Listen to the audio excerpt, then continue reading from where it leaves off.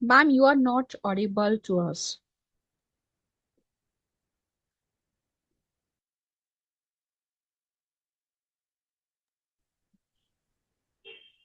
Welcome, everyone, to the Path Town Hall. Path is an exciting new opportunity for us together to reimagine education as we know it. We know the old scene very well. It is part of our psychology. We can do it sleepingly. We wake up, we go to the school, and we begin the same old rhythm. Teachers mostly lead the way, and children mostly passively follow. Can there be another caste? Can there be another way forward? Can there be another process and not a caste? Because castes are molds we get into and then we don't get out of. I think the caste of education we have been privy to is rooted in the 19th century when the goals were vastly different. But somehow, once that building has been constructed based on a foundation, a particular foundation, then it's hard to move out of the building into another one. But what we are saying is that there is another way forward. There is another way to re envision education, to build a new building, which is built not on a square foundation, but perhaps around one. And children are more capable, perhaps. Children want something different, parents want something different, society needs something different. So we need to think of education in a very, very fresh way. So Path has come out of 20 years of research in education. It is something that is working vastly differently. It is not just based on some notion or idea, but yes, it is based on a vision of a brand new education, which can have every child succeed, not just some. And that is, of course, one of the criterion we should have in our minds, that it's not about uh, some children succeeding and other children really suffering. Because for the parent and for that child, it matters that they succeed. So every single child should succeed is a goal we can all agree to and agree with. However, our current classrooms are not designed for that. They're designed for pushing a normal distribution curve, um, because teachers invariably teach to the middle of the class. Teaching a whole class is very difficult and to cater to every child's needs. Of course, there are a lot of pedagogies out there, or thought processes that let's work with, for example, teaching children at their level. And it's hard to find the level of the child, because the more you measure it, the more you find out that it's not static. It keeps moving. It's dynamic.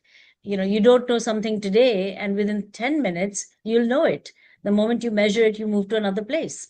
And so we need to be much more circumspect about the idea of teaching at their level. Also because the teacher, the classroom paradigm, the books, the materials, the whole gamut of how we operate is designed with the idea of teacher at the front, children following, and the teacher has to then address every child as a class, not as individuals. And so how do you individually tutor them? So there are lots of puzzles, there are lots of questions when we think of addressing every child. There are other issues as well that we feel should be part of every child's education. So the goal is not necessarily only about academics, academic proficiency. That also, I think, Ria is with me today, and very happy to have her with me. Um, so Ria ji, Ria Gupta, she's an educator, and maybe I think you can introduce yourself a bit. I'm assuming I'm introduced already. Please, can you share a little bit about yourself? Yeah. Hello, everyone. I'm Ria. I'm Master Trainer at Getty Global Education and Training Institute. And we are pleased to welcome you all here to our Path Town Hall. I completely agree with Dr. Gandhi as she says that in our classroom, what we have generally seen that some students succeed, but some are left behind. So we have to ensure that no child is left behind. We need to move from rote learning to rooted learning. So without any further ado, I would like you to begin. Okay, so we can all agree that education needs some profound changes. And I think that's where we are at with our learning, um, towards a brand new education, a different direction, a different uh, vision forward, a different path to education. So, what are the measures? So, we discussed that one of the measures is that every child should succeed.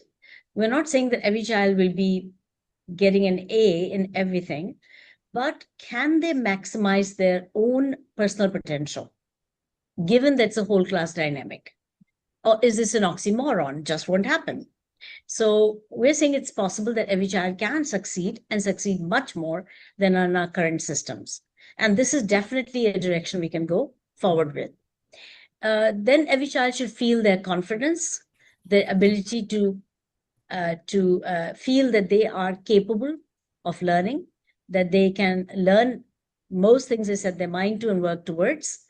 The teachers are there as support for them and others so that they can be able to accomplish what they need to accomplish. Now, that's also not enough, because what we need is the children should, in this day and age, not just be endowed with academic prowess, but they should also be able to uh, develop in many dimensions of human character. Uh, and that includes the 21st century skills that are paramount importance. You are working in a multicultural, multi-ability, multi-age grouping. It's not just blue collar workers, all of them of the same age pretty much, and the same cohort doing the same job every single day. People are required to think and beyond that to work with each other. And so collaboration is the watchword. And so is communication, being able to communicate with each other. That's also really extremely important. Children know their material, but sometimes they cannot express it because most of the time they've been passive listeners. They've not been active participants. There's not much communication in a class. Sit down, stand up, form a line, have your lunch. Those are some of the most commonly heard phrases, and some others, but that's all they hear all day long. There's no opportunity for them to connect and to work with each other so that they can communicate and learn those crucial skills. These are not skills you can teach in a year, right? These are not skills that you will learn taught tomorrow in grade 5 or grade 6, and suddenly you're very good at communication. These have to be multi-year processes because there's so many rich ways to communicate. So Right, I I would like to add to that. I had this incident when I was in nursery. I believe there was one of my friend who used to sit with me. And luckily, she was my very good friend. And till my 12th grade, she was the only friend that I had, like throughout my school years. But when I stepped out of my school, I found it so difficult to communicate with people, to talk to them, to express myself. So, here, what Dr. Gandhi just mentioned, that is so important to develop all these qualities from the beginning itself. Right. So PATH stands for purposeful, active, transformative, and holistic education. And I would think there's hardly anybody who disagree with the 4 terms here. That when you have them actively engaged, they learn more, but also they learn to communicate and so many other benefits that we see. Now, I'd like to open up my PowerPoint presentation. And here you will see what PATH is spelled out as. And we are calling it a movement for transforming education. Why movement? Because it's like everybody should be on the same page and everybody should be part of that change, and as collaborators work together for the transformation. It won't happen by some people pushing the agenda. Everyone has to be on the same page, and we hope we can make that possible. So why does education need a transformation? We can agree already with the discussion we've had so far, Ria and I. And so let's go to the next slide.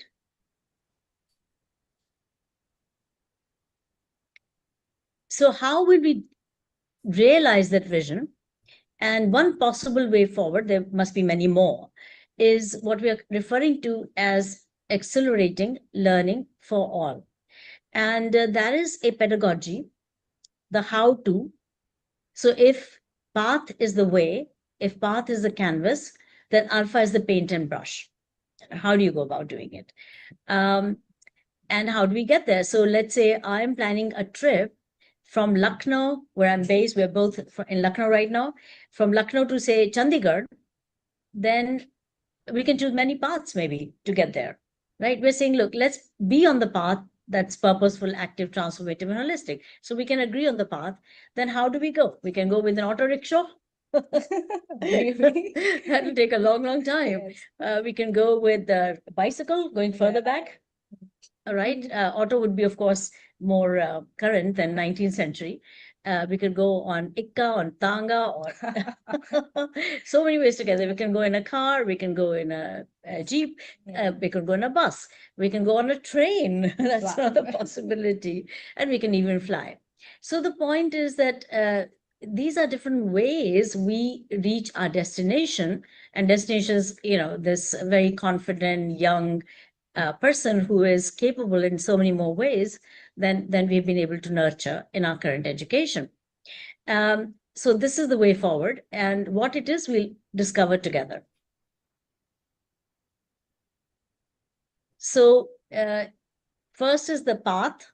The second is the pedagogy, which is the alpha pedagogy. And the third thing we're talking about is the things we put in the classroom, in the bags of the children, in the teachers' training, and in the assessment process that make things tick in a classroom. So here we've got something called buddy books, and you'll soon discover why we call them buddy books. They're done differently, very differently. They're visual, they're easy for children to follow by themselves and with each other. Then we are also talking about teacher empowerment, which is vastly different in path process. The path process is empowering teachers every single day. And that we'll share how that is possible to have teachers be empowered every day, not just these ad hoc training sessions we do once in a while, which are also fine, they're necessary, but there are several levels at which the change is implemented. So in terms of teacher training, and teachers learn in a wide variety of ways. Then there are assessments. Assessments are the biggest culprit, I think you can all agree, that have been responsible for our the ability or lack thereof in our children to feel their space and to know what they know, to be properly measured. But why measurement in the first place? So there are lots and lots of issues around assessments. We tend to, in education, do what's called maybe exam to exam cycle. So we run and do a marathon towards the next exam, and we finish the syllabus sometimes you don't, and then we're struggling to finish the syllabus just before the test. Then we give children 3 days off or something like that, and children struggle and work through the day and night for the next test. They come to the test or exam, they give that test, and then the teachers take a week to make their report cards, to tally the marks and put them in the system. Then they come back and they begin the next math cycle of assessments. Yes, I completely agree to that. But it was a hard time when we have to only study just to clear the exam and get done with that. Yeah, exactly. And it's such a relief for everyone, including the teacher. Oh, thank God it's over. So, but it is kind of madness that's going on. And what could be different? I mean, that's the whole point of this discussion is there another way forward? And so assessments are another very big area of reform in path process. The other is the books that are designed, or the ed tech part of the program, because children today are very much on technology, and we can't avoid the fact that there is AI out there now, which we may as well embrace it. So how do we embrace it? In what ways do we have EdTech and AI deliver the promise of this new age? So why this change is urgent, let's talk about that too. So we know what modern day education looks like. I'm not calling it old anymore because there have been so many reforms along the way, and there have been positive reforms as well, many, many. But what remains at the heart of even modern day education, and perhaps we'll agree with that, is that all of the education is teacher led. Right. Pretty much across the board, whether you look at it in one country or another, whether the East or the West or the developing countries and developed countries, I think it is pretty much the paradigm of teacher-led education. So teacher is the repository of knowledge. Of course. Teacher is the one who is uh, transacting that learning. She's explaining the concepts, and the children are listening and listening, hopefully, Hopefully. listening carefully. And they are ones then who are being able to absorb that knowledge, then do certain activities. Maybe, of course, modern education, there are a lot of child-centric activities, and more environments are child-centric. So what does child centricity probably mean is that the children are getting to have joyful moments together. They maybe they're doing projects, maybe they're working with each other on what is constructivism, which is basically think, pair, share, and work with each other as well. So a lot of things are happening. Teachers are making the environments more fun for the children, but majorly education remains pretty much teacher-led. And what's also interesting is that we see the teachers are highly active, but the children are passive. They're sitting there and watching, which is something obviously seen even in modern day education. And content delivery, we can agree, Riyaji, Yes. is not the same as learning. Right? So we have delivered the content doesn't mean learning has happened, because it's majorly relying upon listening. And what we listen to, and this is research all over the place, that what we listen to, we remember only for a short term. Right. We tend to forget over the long term. That's Ebbinghaus forgetting curve. It's natural. But what we do, and this is well known, we remember more. Yeah, so the skills that we teach to, being able to recall something, being able to write a paper, are skills that are pretty much outdated. We can agree for this new world, brave new world we are in. Absolutely, Yes. I agree to that.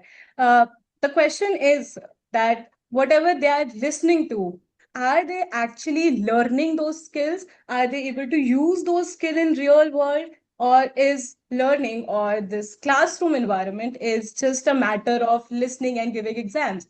Or is this going to be helpful in their real life where they can actually use the main essence of the classroom? So that's the major question that we should think about. So that's where we have an alternative, which is PATH, purposeful, active, transformative, holistic education. So who is active in PATH, the teacher or the child? Child, of course, always. Right. So the active part is very clear Yes. in PATH. And it's a definite alternative that we can look into, because here what we're dealing with is, instead of teacher-led, is child-led. Instead of teachers active, the children are active. It is not content delivery. It's more like transformative learning, in which children are co-creating learning with each other, and also by themselves to some extent. But they have the support of each other. So that has led to transformation within the classrooms. We had never, ever imagined that kind of transformation that we are seeing today. Of course, it is aligned with the vision, the holistic vision that is in the new education policy, and also in the Panchkosha. And that you will learn about as we discover more about PATH education. So a quick background, PATH was developed over 20 years of classroom research and was launched in the fall of 2022. That's not very many years ago. In fact, this fall, it is 3 years in terms of the number of months that have passed. It's the fourth academic session. We began our research work in government schools in Shamli in Uttar Pradesh, given to us by the Ministry of Education, because these kids had just come out of the COVID and they needed to very quickly learn their reading, writing, and arithmetic skills that are referred to as the Nipun Bharat mission in recent years. And that has come out of what's called the new education policy. As you all know, new education policy 2020 of government of India. So within that, some districts across the country were identified, 10 of them, that were called low performing districts of India. And lo and behold, when I approached the Ministry of Education, in particular, a wonderful person called Anita Karwal, who prior to her role as Secretary of Education was the chairperson of the CBSE board. So she was very contextualized, very interested in academic agenda. And when I shared with her, we're getting such tremendous results of the children learning to read in a month, 2 months, and so forth, she said, let's talk. And that led to her giving us 2 of those 10 low-performing districts of India, one being Shamli and one being Sambalpur. Now, that's important because we began our project not with the private schools per se, though it was developed at a private school, City International School, Lucknow, a CBSE K-12 school. But the first major implementation of that was done in a government school. And government school has its own, issues. Teachers are always very, very concerned about their children there also.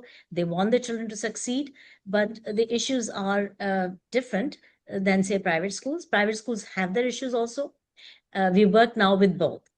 And so after that adoption by Shamli, we were able to work with the City Montessori School, Lucknow, on a pilot basis for 2 years. Now we are serving some 22,000 children with PATH pedagogy.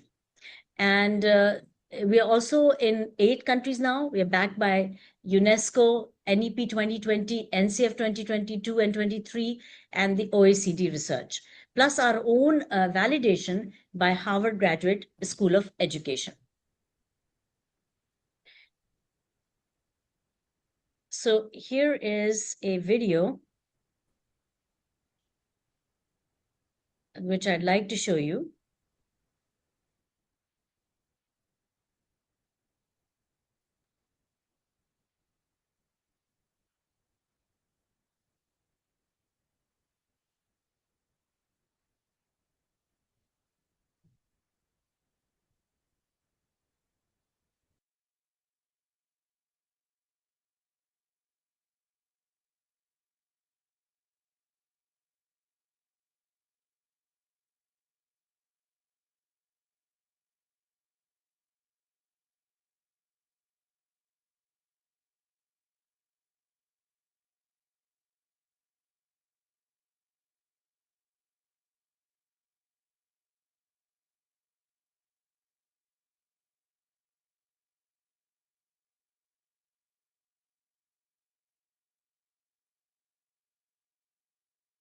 Sorry to interrupt. I think you will have to share sound. To do that, you'll have to go to the toolbar and where you have the 3 dots.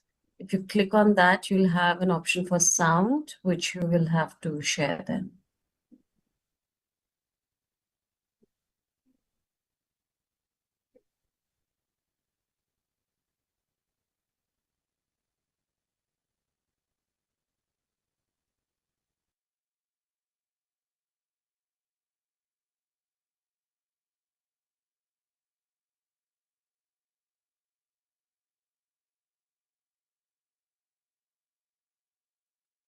There is no sound in the video.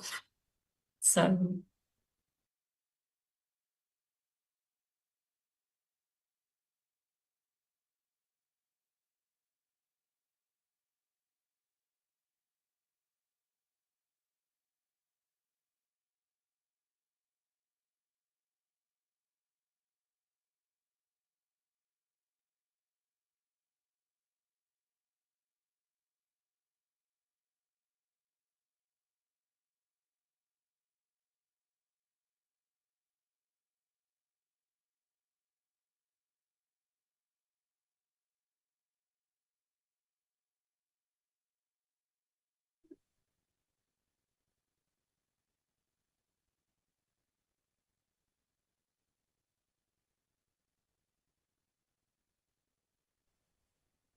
it still doesn't have sound.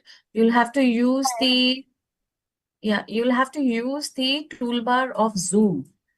And if you use the toolbar of Zoom, there are like these 3 dots below which more is written. You have to click on that and then you'll be able to see the sound option, and you'll have to say share mono sound or like say stereo sound. Only then we'll be able to hear the sound of the video.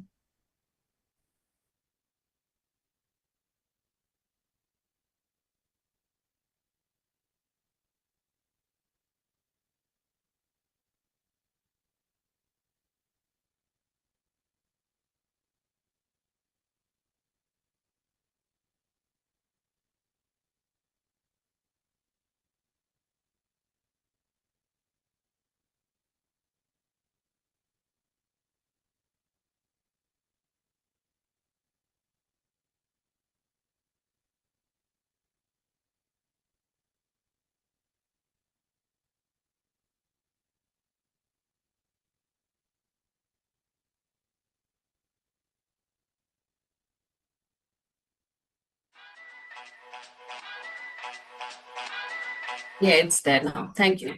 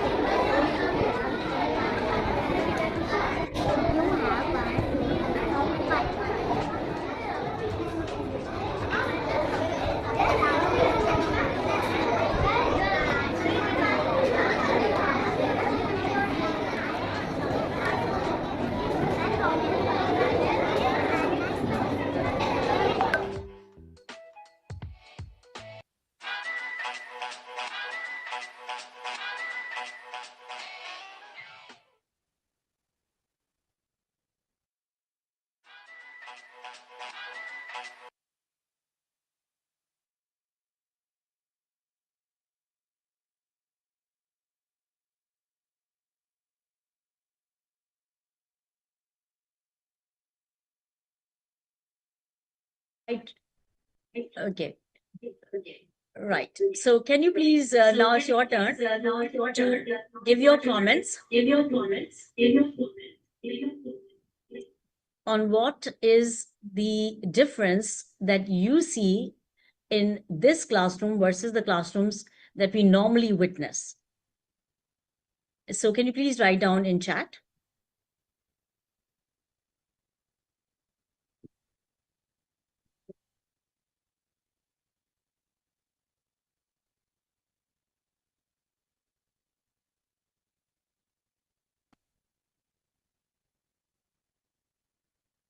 Yes, from Harikaran, lots of interaction.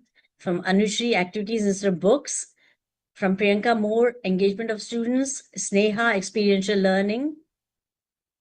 And Roli saying that normal classrooms are teacher-led, whereas these classrooms are student-led.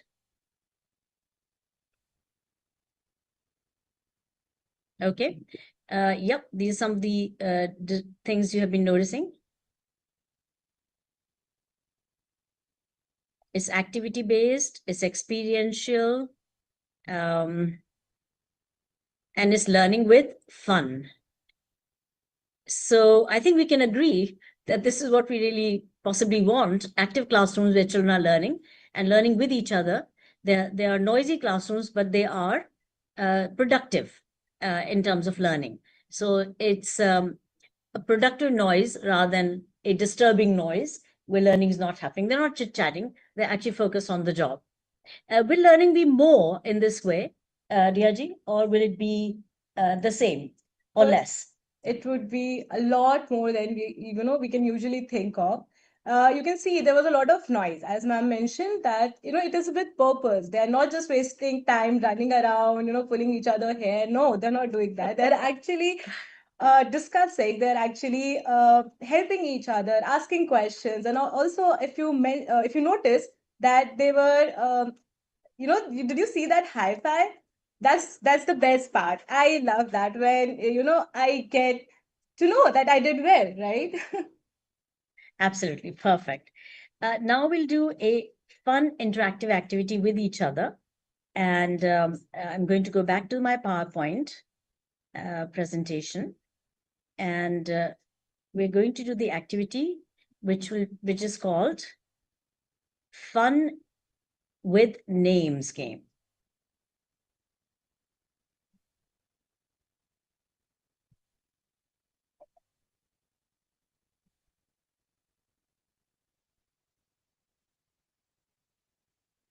Can we see it now or? Okay, here we are. So Funs with Name game. And basically, Ria is my partner here. And here is the name of Sumita, who is a friend, a colleague. Yeah. Since you're in your own, single spaces, you may not have your partner with you, but think of a potential partner who's working with you. So in this case, Ria and Sumita are the two partners.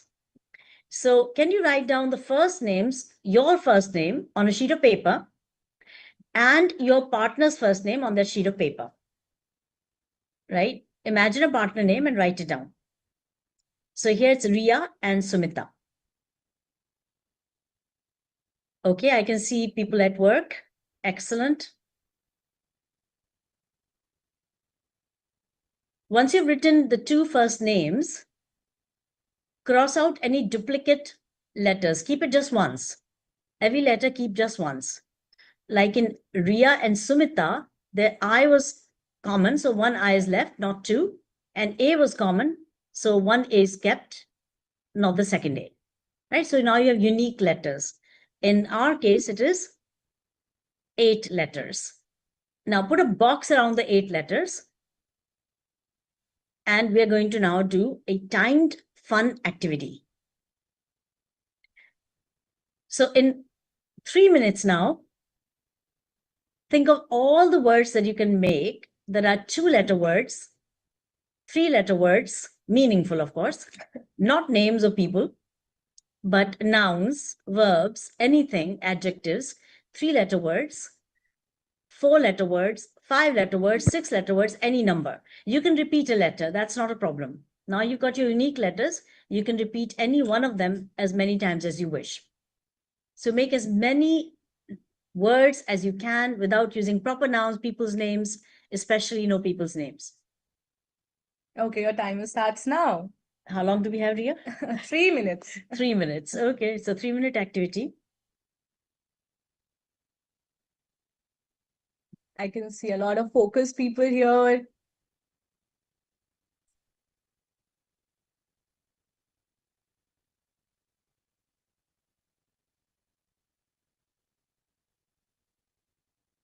I think they can do it much earlier than expected. 3 minutes is a long time. Can we just do it to 30 seconds? What do you say? Then let them do it. It's okay. I think they're now absorbed in Okay. it. Yeah, it's a fun activity for the children to do. And we're talking about, grades, any grades actually, if kindergarten off.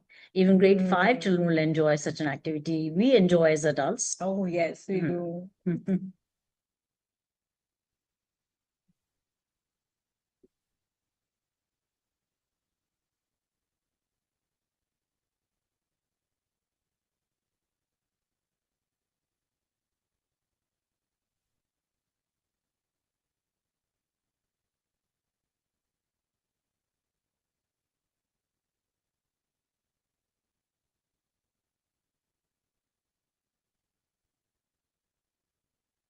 Ria, 3 minutes up.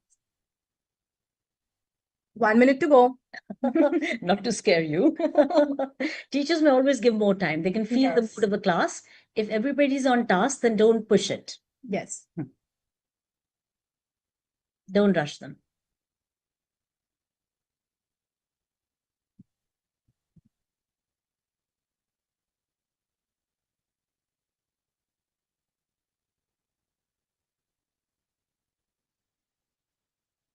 Time's up.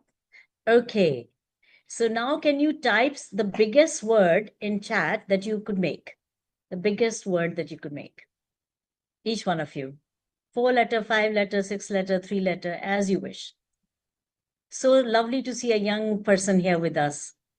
Wonderful. Priyanka, is that your son? How awesome. I love it. No, it's great. It's great. Now you have a partner there with you. Wonderful. Okay, so what words did you make? Let's see.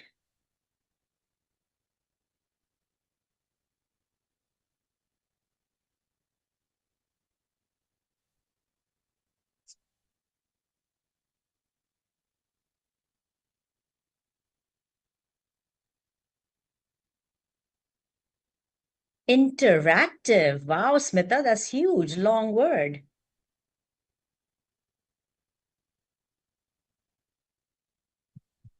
Then we have D-U-N-G.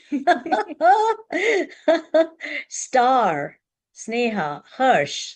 Okay. Hall, kin, learning, as it is. Okay, Bushra. Neat with a K.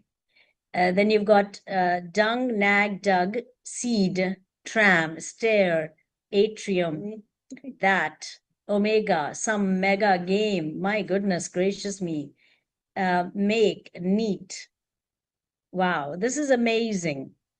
Now, let's do a comparison with our normal way of doing an activity that builds vocabulary. How would we normally do it? Would we give a dictation, for example? Yes. Right? So we'll say, okay, children, next 5 words on the board, write it in your book. Yeah, and the child will just write it and wants to get done with it as quickly as possible. That's it. But Or- was he learning? Was he knowing those words? I don't think so. Or you may come in the morning and say, okay, I'm going to dictate these 10 words to all of you. Please write it down. And then she'll or he will put up the list of correct spellings for those 10 words. And then you can either check your own work, which will be a luxury, or mostly it'll be the teacher who will check it for you. Right. I'd say it's a luxury when you can check your own work or each other's work. It's really nice because you're interacting with each other. It's not about mistakes. Mistakes should be seen as a problem. Never, never. We we are now an elder one, and we are still making so many mistakes. So I don't think it's a problem. It's a part of the process, right? Mistakes should be seen as normal. We all make mistakes and we learn by making mistakes. My daughter, when she was very young, and she was in kindergarten, and they had this kind of spelling activity by the teacher, and she wrote N-I-E-N for 9. And I congratulated her. I said, yeah, sounds like correct, isn't it? And I gave her a very good, thumbs up and all that, high five, maybe not at the time. But the teacher had marked it with a cross, a big cross. Now, Red pen. phonetically, N-I-E-N is all right, right? We're not necessarily focused on spelling as we are focused on developing their vocabulary at this young age. So we stop the children in the tracks the moment we start judging them. And I hope you'll agree with that instead of judgment, we give them more opportunity to develop. And they will self-correct and they'll correct each other's work. That's so much more powerful than a teacher saying wrong, and that too with a big cross, and that too in red. Red. I remember that. That's like a scar on the psychology of the child. So we in PATH say, look, let's not give red crosses. Firstly, we should throw away all the red pens and replace them with green. If you must use external validation. But even better that we have the children self-check and check with each other. You can always provide the control of error. Look, here are the right spellings. All of you check each other's work. And that's for learning and not for punitive judgment. And no crosses are required. Just a soft underline. For example, N-I-E-N, a soft underline, gets to my daughter. And she says, oh, I think I did something wrong. What did I do wrong? I'll ask my partner. Right? And that's so much richer, and that'll be more permanent because it's interactive. And mistakes are part of life. They're not seen as dramatically as we do in the current system. Children fear making mistakes because they'll get reprimanded. Somebody will say, not done your job well, right? While they should be able to say, oh, I think I can improve on this. Right. Okay. Any comments from all of you on this?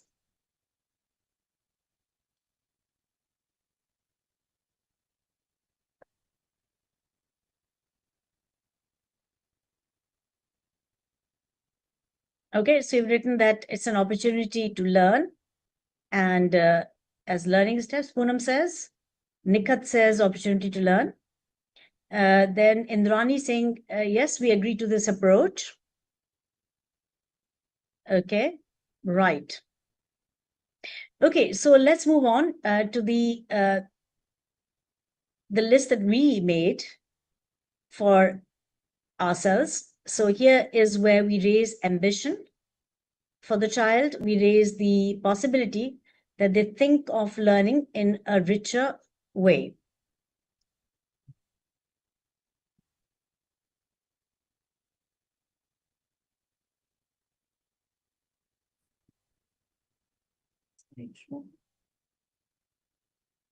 With this.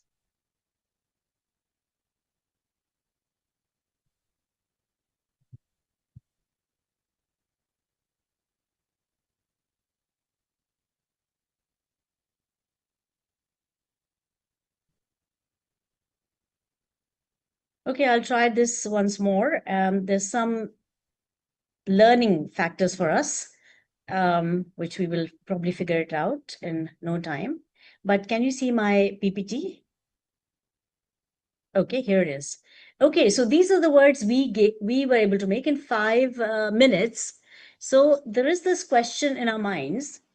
Should we give 5 words or 10 words, or should we give 5 minutes or 10 minutes? So the reverse, like instead of giving, everybody's going to write these 10 words. That's what we normally do. We're saying instead, let's give them 10 minutes and say, look, do whatever numbers of words you can come up with. Work with each other. We give them a little bit of a frame. For example, names of the two of us. They could think of names. They could think of words themselves, and they could think of just letters and put them in a circle or a box and make lots of new words for each other and by themselves. Now, this is an activity they can also stretch at home. So we call it home stretch. Something you've empowered them with. Now they're really ready to rock and roll on their own. They've learned a process. They've not learned the actual words. They've learned a process by which they can create and co-create words, and they enjoy that activity. So at home also, they'll make a circle. They'll put a whole bunch of letters in it. Maybe the mother's name, the father's name, maybe the brother's name, and they will continue to practice making new words. They'll probably even consult a dictionary. That's not cheating. That's like, okay, I'm learning, so I can use a dictionary. They can consult the net. That's okay. It's all about building vocabulary. I mean, what we did, and this is the honest fact, we went to AI and we put those letters in and said, give us as many combinations as you can of 2-letter, 3-letter, 4-letter words. But doesn't hurt. Why doesn't hurt? Because it is not about cheating or not cheating. It's about learning, and it's about learning new words and making new words. Say, aha, I think I could have made that word also. Right. Right. So here, one of the activities we do is we have the children go from one table to the next and share their list. They may have a totally different list because they have totally different set of letters. And with some letters like Z and Y, they have less words. So nevertheless, that we're not comparing how many words so and so made. That is not the comparison. We don't want to compare children. Regardless, we don't want to compare.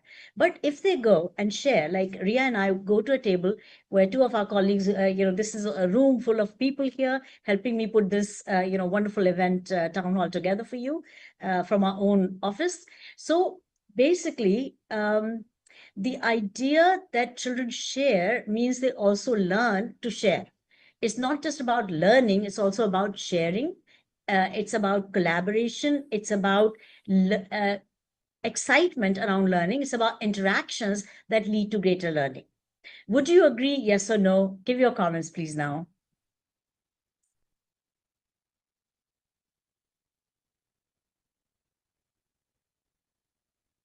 I think we should have a separate laptop here where it's only for comments. So I'm not having to go back and forth. it becomes very tricky. Do you have a separate laptop?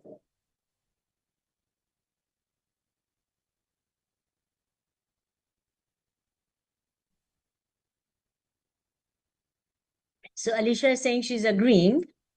Neetu. Hmm? Neetu Singh. Neetu saying, yes, definitely. Definitely. Okay. So we are beginning to get a lot of good comments here. So Neetu saying, yes, definitely. Alicia is saying yes. And then we have Smita saying, absolutely, undoubtedly, awesome. So I think we can all agree that it's better to give children time, not numbers, right? Normally we give numbers, 5 questions, 10 questions. We're saying, no, give them time. Let them find a variety of ways to find out and to make that process come alive and to maximize on their learning by using that process and then working with each other to learn more. Now, this is an activity that we can do in front of anyone, like when we go and go into a class and we are, as people who are participating here, for example, and we can easily do this kind of activity. We can even ask children, give me about 8 letters or 10 letters. So they will all contribute and you'll write down those 8 or 10 letters. That can be another way. And try to introduce some vowels in it, because here we have got 3 vowels and that makes it easier to make a lot of words. When you have only 1 vowel, it's more difficult. So keep those aspects in mind and we can make this. So this is the training that our teachers need, how to change that ever so slightly and yet get such a more powerful outcome from the process. So here you can see we made even using AI, we've been able to make very interesting words: artsy, stray, rusty, amity, smart, stare, starry. Okay. Right. So now we are going to look at how the empowerment happens in our buddy books. How do the teachers know what activity to do and how to go about it, especially in the context of children working with each other in pairs? Right? So how do they manage to meander through all this? Because teachers are so busy and often they plan, of course, but the planners are in a file someplace. They have the dynamics of a class right in front of them and they need to figure out, what do I do with these children? We tend to go by the textbook. So we said, why don't we just include the activities teachers need to do within the book itself? And so every page of the buddy books has something called teacher notes or triggers and in-class and home stretch activities. So in-class activities, can Ria read this out, what it says for this particular chapter? This is a beautiful story about an owl who lived in a forest. And we have a lot of personification, alliteration, a lot of onomatopoeia. There's just a lot of things going on. And here you have a compare and, no, it's a cause and effect. So over to you.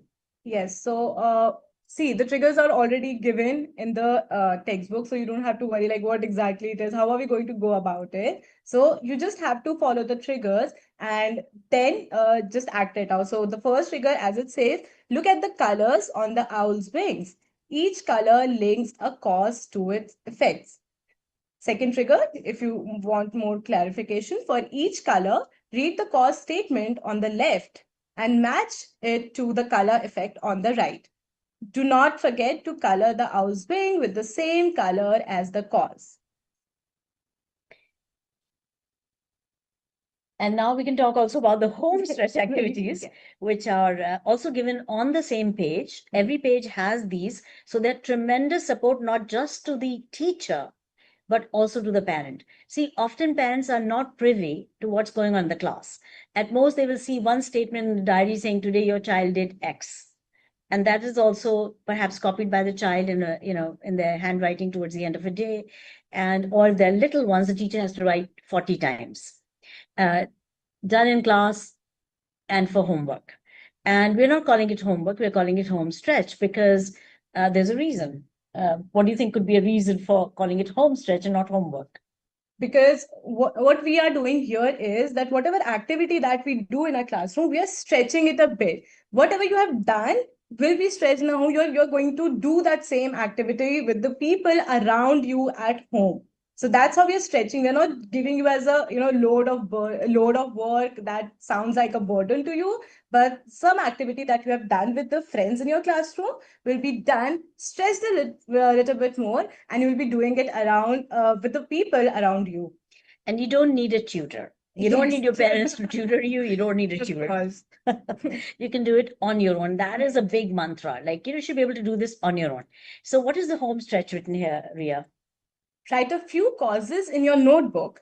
The next day, your partner will read them and tell the effect for each one. So here is an example given. For example, cause, I forgot my umbrella. What would be the effect? I got wet in the rain. Yeah.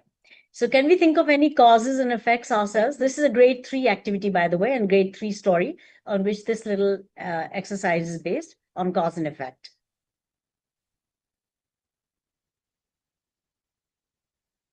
So what could be the causes and effects? Anything in your life? I woke up late. The effect was, that's a cause, okay? I was late to school. Very good, Nikhat. Yep, absolutely perfect. So here's Kia saying the alarm didn't ring. Oh my goodness. And the effect was stuck in traffic. Absolutely, absolutely brilliant. Indrani, stuck in traffic, cause. And the effect is, okay, cause came to meeting late. That's the effect for Kia, right? I forgot to bring my lunch, cause, Priyanka. Effect is network down, late for the meeting. For Sneha, okay. So network was down and you became late for the meeting. So that's a cause and effect together. Fabulous. I think this is this a fun activity for children to do in the class and then stretch at home? So Priyanka is saying I'll have to stay hungry. Right? Good home stretch activity. Thumbs up if you agree. Okay. Good. Excellent. So I'm moving to the next page. Now, how are the parents being empowered in this process? So Ria can mention. Yeah, I see a lot of thumbs up. That's Yes. good. Thank you. Of course, when you're doing all these activities with the people around you at home, first of all, you get to interact with them. Parents are there for you. They don't send you to a tutor. And there's a lot of interaction between the parents and the child. And there's no writing diary all the time. And they appreciate the opportunity when they get to talk to the kid, and they get an opportunity to engage with them a little more. That's awesome. Yeah. We have this video. I would really like you all to watch this one. This is such a fun activity where this 3-year-old is. Oh, it's so nice to see Yes, that. I love this. I hope you will enjoy as much as we did watching this little girl.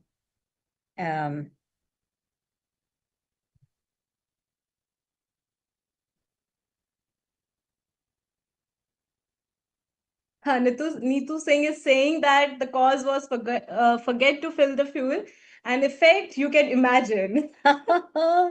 Yeah, I love it. Awesome, awesome.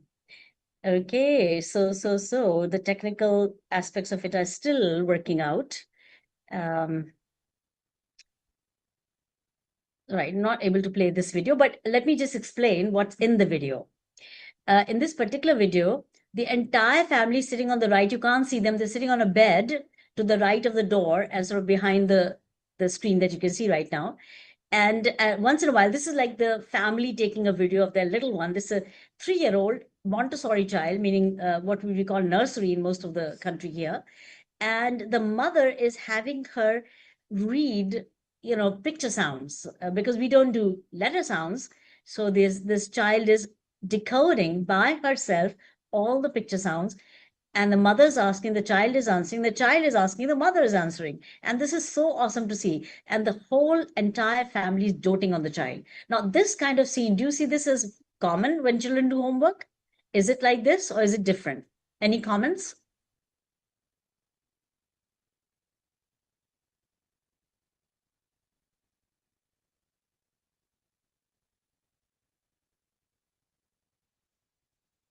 It's different, Priyanka says. Yep. Harkaran agrees. Indrani, sometimes but not common. It's different, it's different. Okay. Roli and Bushra. Yeah. So I think we can agree that the general homework scene is pretty sad.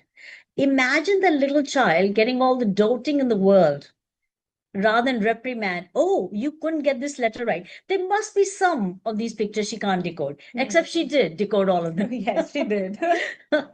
Because pictures are easier for children to remember, and we all, as adults, also remember visuals easily compared to words. And so, or letters, the letters are totally unknown. So here's a picture, picture of a cat. What's the sound? The child can easily tell the first sound. Any picture the child can decode very easily compared to an unknown letter and the letter sounds. So we are not using letter sounds. This is vastly different from the normal phonics, and phonics as in like a huge variety of phonics programs are there, and they're all very good and excellent. They're better than whole language, at least in data. We are seeing that children are learning faster with phonics. And phonics, there are a lot of reading wars in the United States and different other countries as to which way to go. There's the science of reading, which is very popular right now, and still there are a lot of critics of that. The whole language, of course, phenomenon is less out there as at this point. Even in India, we're seeing a lot of phonics programs flourishing. But what we are saying is that, look, let's take another look at that, because the beginning is unknown, and beginning is what matters the most. For example, children don't know letters, so you wrote teaching them A, B, C, D, or whatever it might be, but A is not known to the child, B is not known to the child. Similarly, if you say B says B, that's also not known to the child, because B does not say B. B says B to me. It doesn't say B. So, and with the A, it becomes a accentuated B, but you're supposed to say, so you are like not even hearing that, but the kid is supposed to be able to make that soft sound with the letter B. So you are with the letter B, but B does not say B. So again, rote learning. So twice rote learning before they can actually understand, okay, these letters have sounds. So many of them don't even teach the letters anymore. They just teach letter sounds. So that goes together in a way. But nevertheless, it takes a long time for children to be able to pull out a picture, a word or a letter from a stack and immediately say what it is. While here, you pick out a picture from a stack and they'll be able to tell the picture and its first sound. So basically, we are dealing with a brand new way of engaging the child. So very little children are reading complete words. Yes, I agree with Priyanka that this is also improving their critical thinking skills.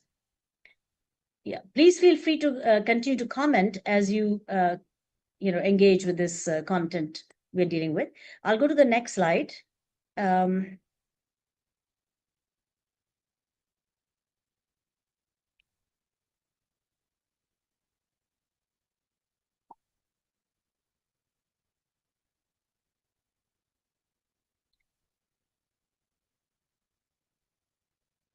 Okay, here we can watch the video. You see the parents, the grandparents? Thumbs up if you can hear what's going on.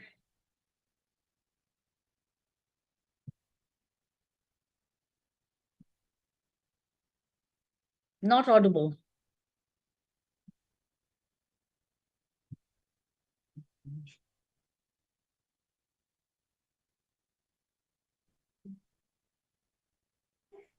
Now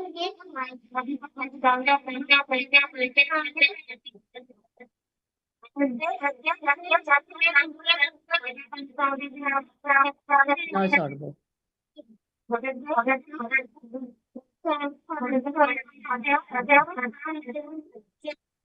आप लोग को थोड़ा ध्यान देना पड़ेगा इस पे, क्योंकि ऑडियो यहाँ से नहीं कनेक्ट हो रहा है, वहां से हो रहा है.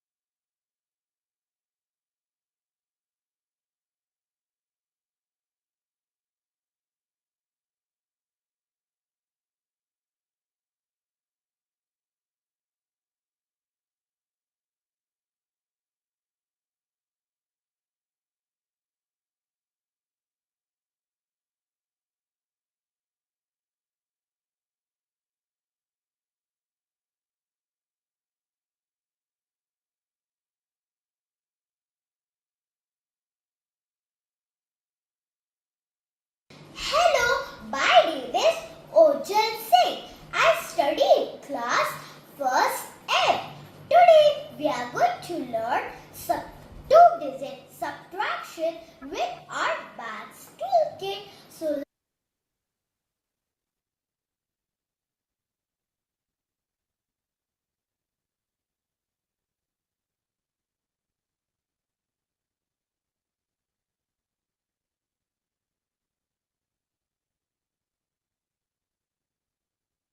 hello, my name is Ojal Singh. I study in class first M. Today we are going to learn two-digit subtraction with our maths toolkit. So let's get started with my friend Tina and Toto. First, we have to subtract 22 from 34. 1, 2, 3. Now we have to do 4 ones. 1, 2, 3, and 4. This is the number 34. Now we have to subtract. Let's subtract 2 from 4. We got 2 words.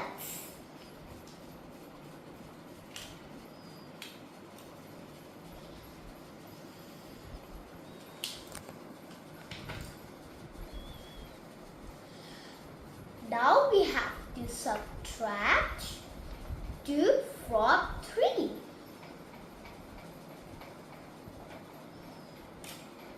We got 1/10.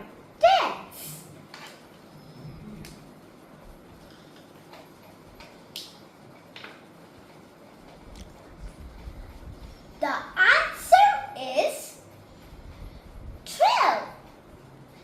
Well done, Tina. Well done, Toto. Thank you.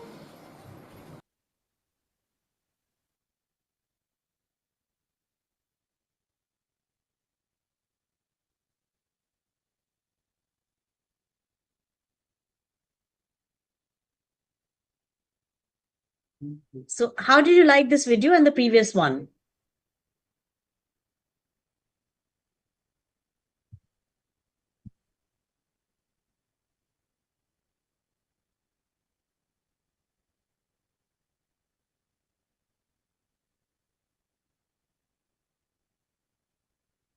So Sneha is saying different kids learn through different means. Some learn through listening, some through writing, some practically. This method does develop their cognitive skills. So the question is primarily, what should we be using?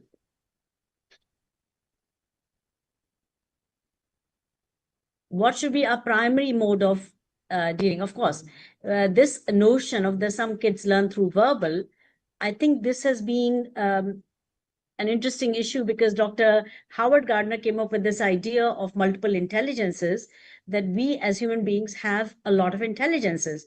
He did not mean to say that there is only one way in which we can learn better, like, for example, visually or, cognitively. Some children have those powers a little more than the others. So some will become orators, some will become great writers, some will become great mathematicians. So there's no doubt about it. But when we are teaching them, what will engage and retain their learning more? Is it verbal for most of the learners, for all of the learners?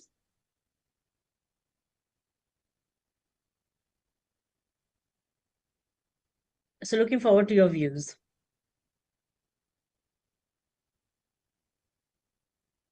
Yes, so Priyanka is saying through understanding and application.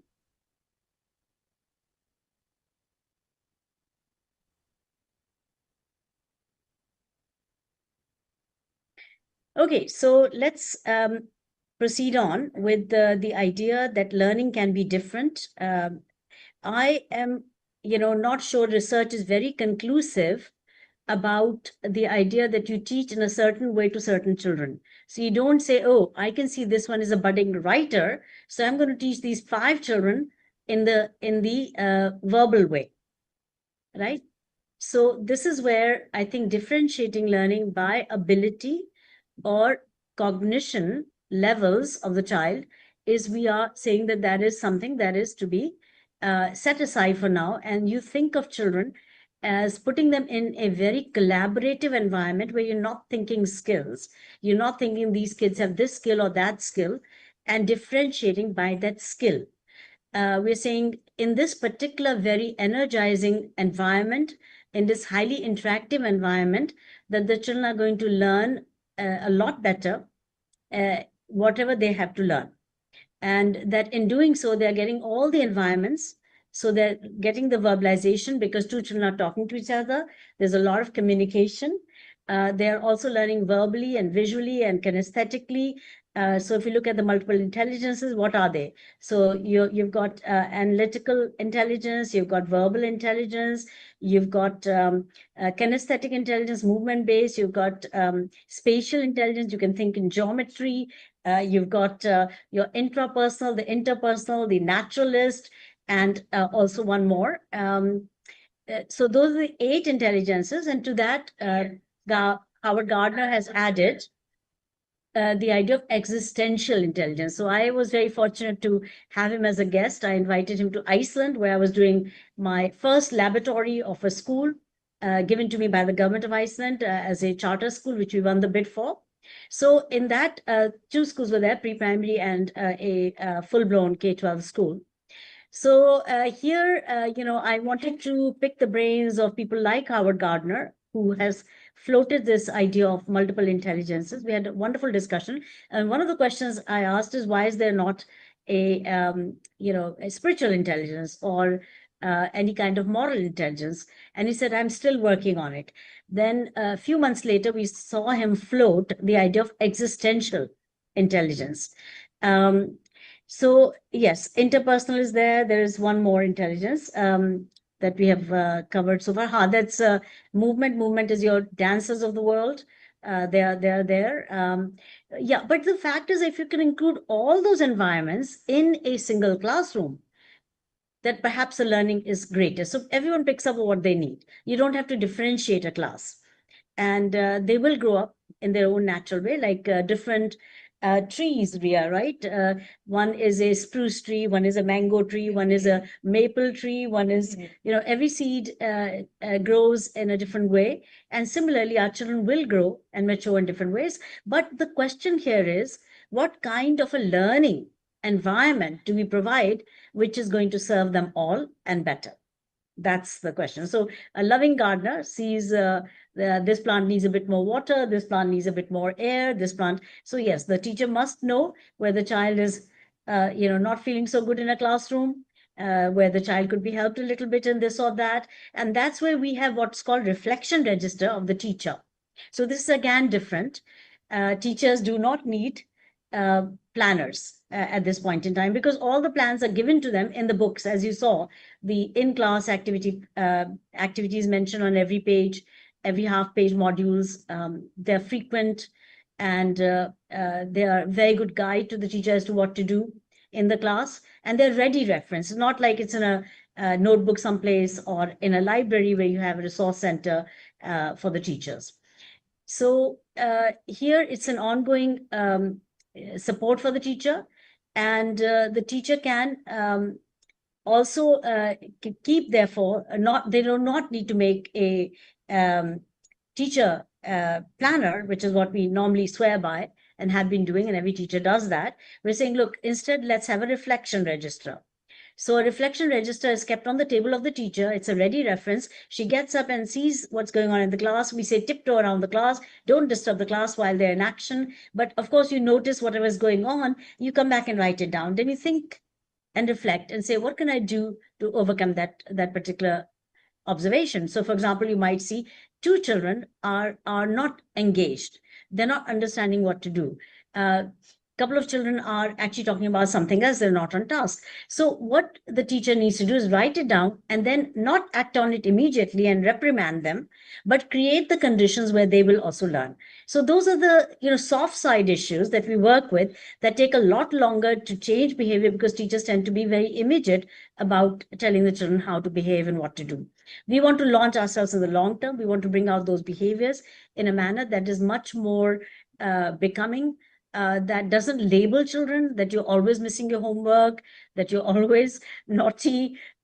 We must not say those things at all. Anything that's a label like you always should be avoided. So even if you notice something that's not so good, and right now you want to say, look, can you please be on task? Yeah, that's okay. You can remind them. But one way is to remind the individual child and say you should be on task. The other is to say, everybody who's not on task, let's do, wave in the air. All the children will do their silent clapping, and then they'll center again and they'll begin again. So there are many subtle ways in which teachers can address what they notice, and what they notice they write in their reflection register. It could be something they did not do quite right, because let's say in the whole class only 10 or 20 children can actually do the task. That means I need to go back to the drawing board and re-demonstrate what the children need to do. I need to be much clearer. So there is learning for the teacher through the reflection register. A reflection register is also something they take to their grow circle meetings. And this is another way the teachers learn to teach in a better way. They learn from each other, learn with each other. And it has a beautiful structure, the grow circle. So once a week, teachers meet for an hour, maybe 2 hours maximum. And they are discussing in 3 parts. First part is the dolphin moments, we call them. What were the highlights for them for the last week? Let's say the meeting is on a Saturday or a Friday if the schools are only 5-day week. And the teachers will come up with their dolphin moments, what they enjoyed, and what was really something that was powerful, an anecdote from their reflection register they've written. Oh, I saw this child who never wrote is writing like, tons of work. And that was such a delight to see. There's such a transformation. Any kind of joyful moments they discuss in the first part. The second part is any difficulties that they ran into. So we call them opportunities. So they look for how can we do this even better? For example, the things we discussed a minute ago, there's some of the difficulties they notice in the classroom, and they wish to discuss in their peer group how to improve it. Similar issues, they may have some perspectives, but the discussion leads to more clarity and perhaps more ideas and helps further reflection on the opportunities. The third part is actually planning, but planning in a different way. So it is like in your reflection registers, you can write down what you're going to do next week. So you look up the modules that you're going to teach in the next week. And let's say you're sitting in a cohort of grade 1 teachers, 3 of you, 4 of you are teaching grade 1. All of you will review the next set of modules together and see what are the prompts, what are the triggers, the in-class and the home stretch activities. And you will have that real in your mind, but you can also write down, oh, I think I need to ask all the children to bring beans from home, or, for them to bring measuring tape, or I have to bring, a bucket and a bowl for this activity. Whatever it might be, you make that quick plan. It's not like the usual format with the objectives and, the activities you do, because activity is already given. So, but more about materials that you to gather and to also recontextualize what am I going to do this coming week. So that's the third part. There is for the administrator a part called tracker that they need to fill, like where is everybody at, to what module they have come to, and what modules they have to do next week. So then it is like tracking the progress. We have a macro plan, it's called the pacing plan. Then we've got the micro, the weekly plan, and of course the very micro is the actual lesson. And they can always do something different to what is given in the triggers at the bottom of the pages. That is for us one activity we can propose. We don't want to propose too many activities. Teachers can come with their own creative ideas, but early on we say, please do not try to add to the ideas, because they should begin where we are at, so that they learn the process first before they can start adding to it. And so that is support and help for them. But it's not a constraint. It's not a no to come up with new ideas and to work with them. We encourage that also, but down the road. Yeah, that is why we not only call teachers as a facilitator, but also a galvanizer, where they are providing the starting point and let the child flourish in whatever they are doing in the classroom. Very good. So now we're going to do this together. You see, the phonics way is letter, and the letter is, let's say, C, and the sound is K. Okay.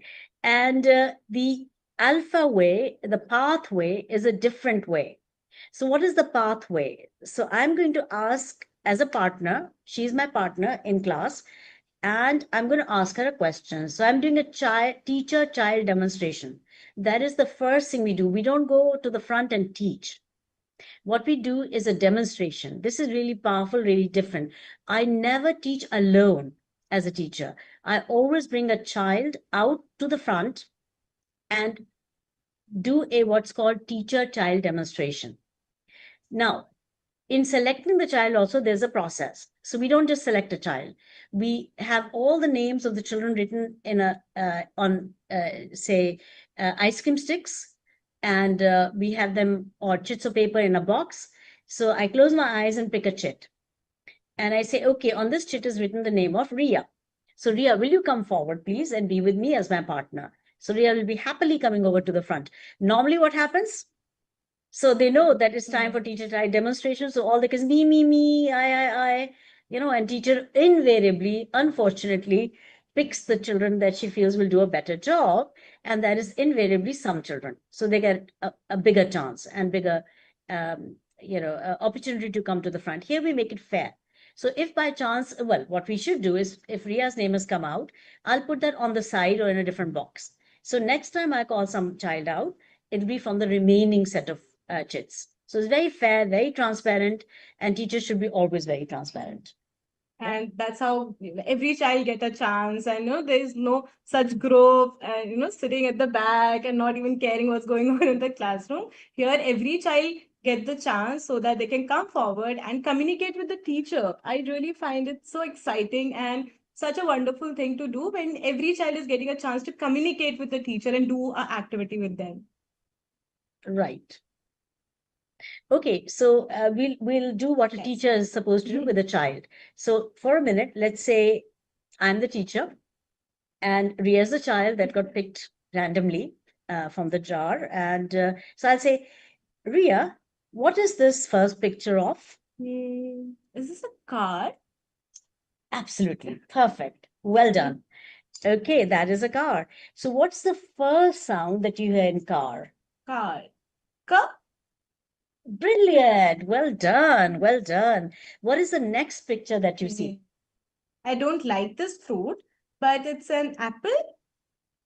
Absolutely. Good job. Good job. That's an apple. What's the first sound that you hear in apple? Air. Excellent. Excellent. Well done.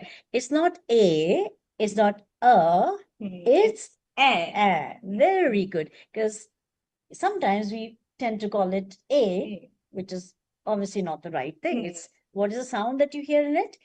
Air. Apple. Air. A falls out of it. So Mhm. that's good. Well done. Well done. What is the next picture that you see? Is it a tub? Yes, good Mhm. job. What's the first sound that you hear in tub? Tub. Tub. Excellent. Good job. Good job. Well done. Now, my last question to you is, what is the new word that you get when you add these sounds? Let me think. Car. Car. Air. Tub. Tub. Cat. Wow, well done. Good job. Now, see, it is not done this activity. This is the first part of it. Teacher, child. Now it's child asking the teacher.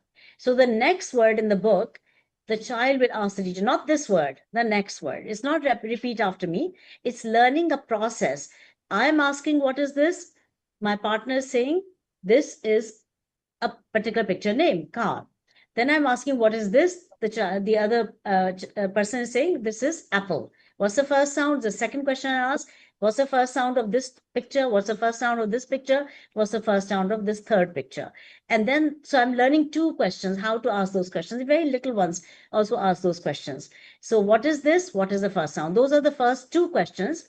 And the last question is, what is the new word, right? Or what do you get by adding the sounds? And that is the third and final question that the child should know to ask. So sometimes the teachers have to practice just those questions so they're not mixing up the questions, and to go slow at the beginning so that they can speed up later on. So it's slow down to speed up later on. We must not rush this part of it, especially at the very beginning when they are learning the process.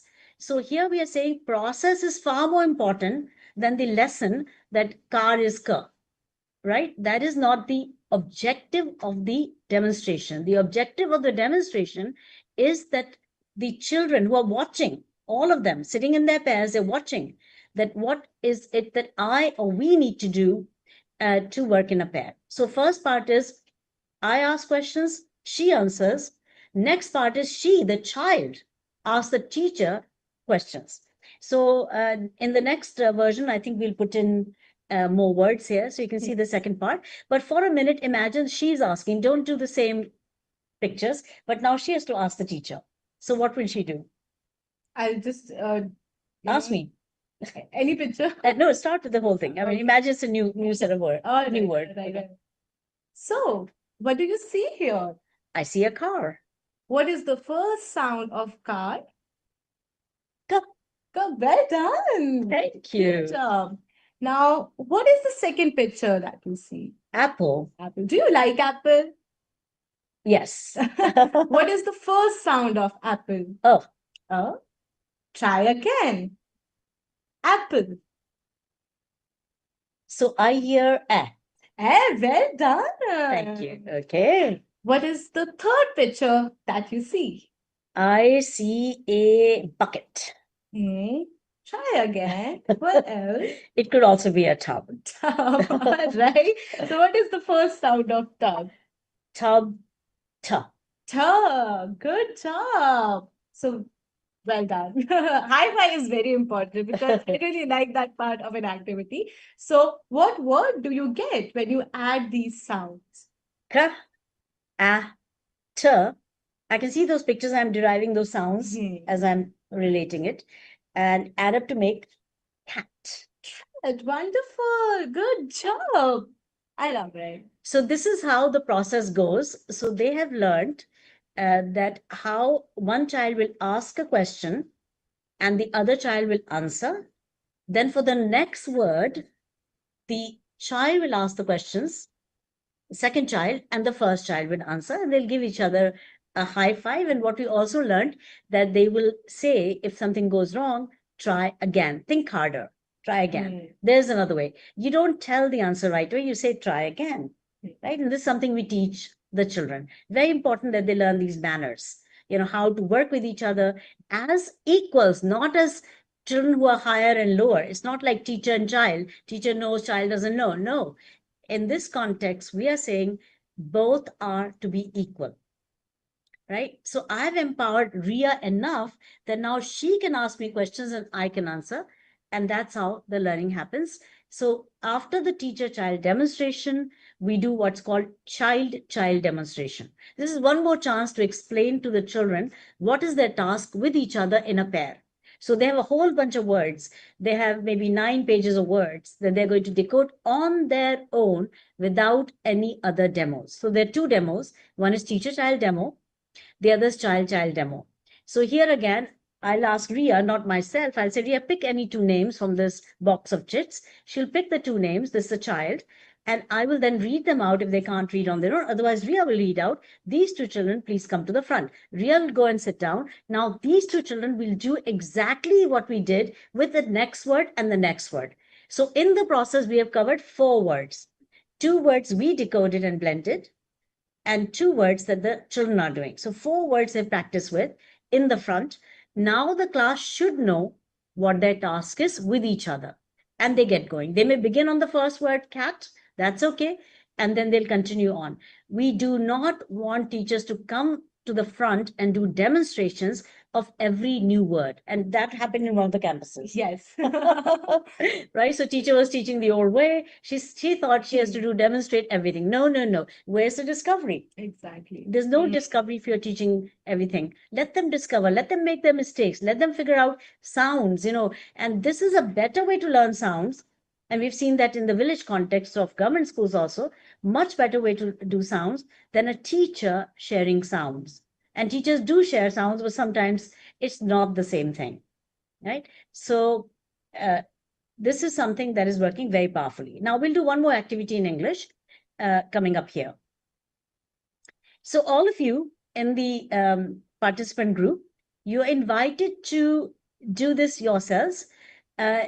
Ria will read out the prompts at the bottom so we know what is our task. So this is again a module from our buddy books. It's called sentence making. Okay. All right. So pair up. Take turns to make sentences using one word from each of the column A, B, and C.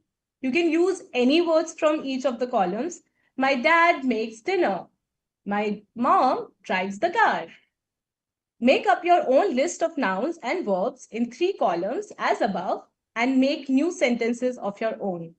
The third prompt says, make up a prose like I live with my mother, father, sister, and Tommy, our pet dog. We like to ride in a car. When we go to the beach, Tommy likes to run after the wall. I think I saw a UFO once in my dream. There were many aliens. I also saw a monster once, but I was not scared. I like to play dash. Now you can fill it. I like to do fill in the blanks. My favorite subject is, my best friend is. Okay, so we'll do the first part only. Yes. So since you cannot pair up, you're with mostly with yourselves. You can take take turns with yourself to make sentences, nouns, verbs, noun sentences. So you got a list, a startup list. So try to make some and put them in the chat, please.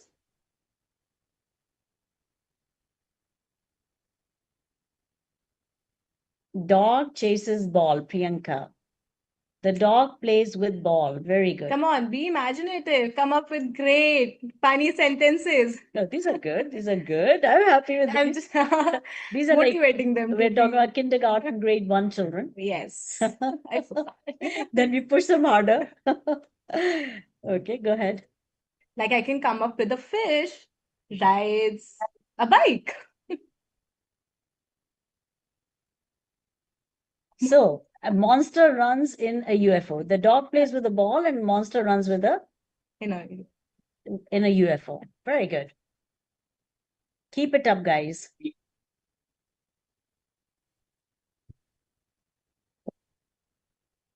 सुनो मेरे को तुम जो है मेरी image दिखा रहे हो मेरी इमेज दिखाने से क्या फायदा उनको दिखाइए ना मैं बार बार मैं आ रही हूँ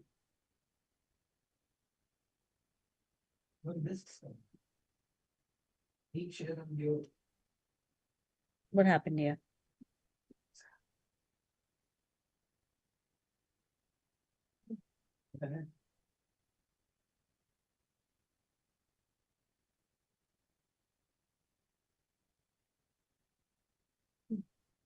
We're having lots of technical issues this time. And this cannot be the case in a proper one. It's a dry run and it's going not so well.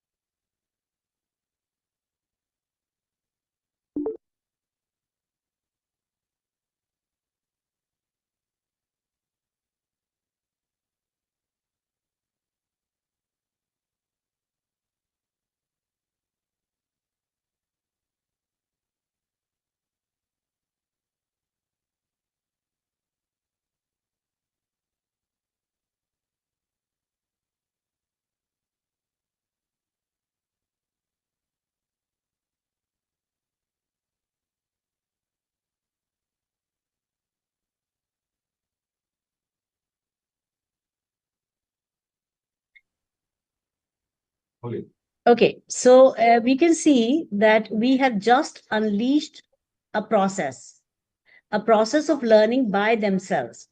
This is where you can see the buddy books are very different because they are designed for children to take turns. It says pair up, take turns to make sentences using nouns, verbs, and nouns as given on those lists. Now, we're also saying in prompt number 2, as Ria so beautifully read out, we're saying that they can make up their own list. So they can add to the list, like nouns, they can continue with more words of their own. Verbs, they can write a whole bunch of new verbs, and then the nouns to list. So the idea is that children are creating and co-creating their own list. So home stretch becomes very easy. They've done this in the class and they stretch it at home. Now, this is different from, again, a teacher giving a list of words saying, make sentences out of these 5 words or 10 words. We don't need workbooks. This is another very, very important difference that in PATH, typically, we do not need worksheets and workbooks. Our assessments are worksheets because we want children to feel, they're fun, easy to do. And even though they're difficult questions, more difficult than normal questions, the children are able to handle it joyfully and better. And so we don't want to set the bar lower. We want to set the bar higher. And we want all children to succeed and to do better than the grade level bar that we normally set. So it's no longer normal distribution curve we talked about at the beginning of the town hall. We're not talking about a normal distribution curve. What happens if all children are above grade level? or let's say the majority of them, maybe barring, 3 or 4 who are having some kind of special need. And those children also are doing far better in this environment. And here, as you can see, again, is an example of how children can create their own learning by themselves and with each other and stretch it at home. And they write a lot more in this process than they would write in the previous process. So any comments on this? Yeah, Priyanka says creative intellect.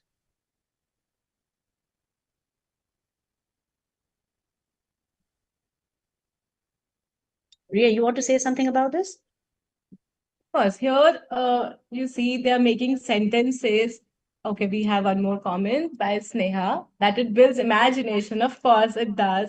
So here you are allowing the child to, make sentences by themselves rather than just writing it on the board and where the child is just copying whatever it's written on the board.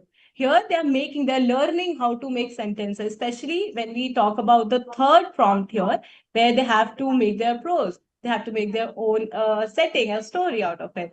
So, you are allowing them to learn and to learn with their partner. Yeah.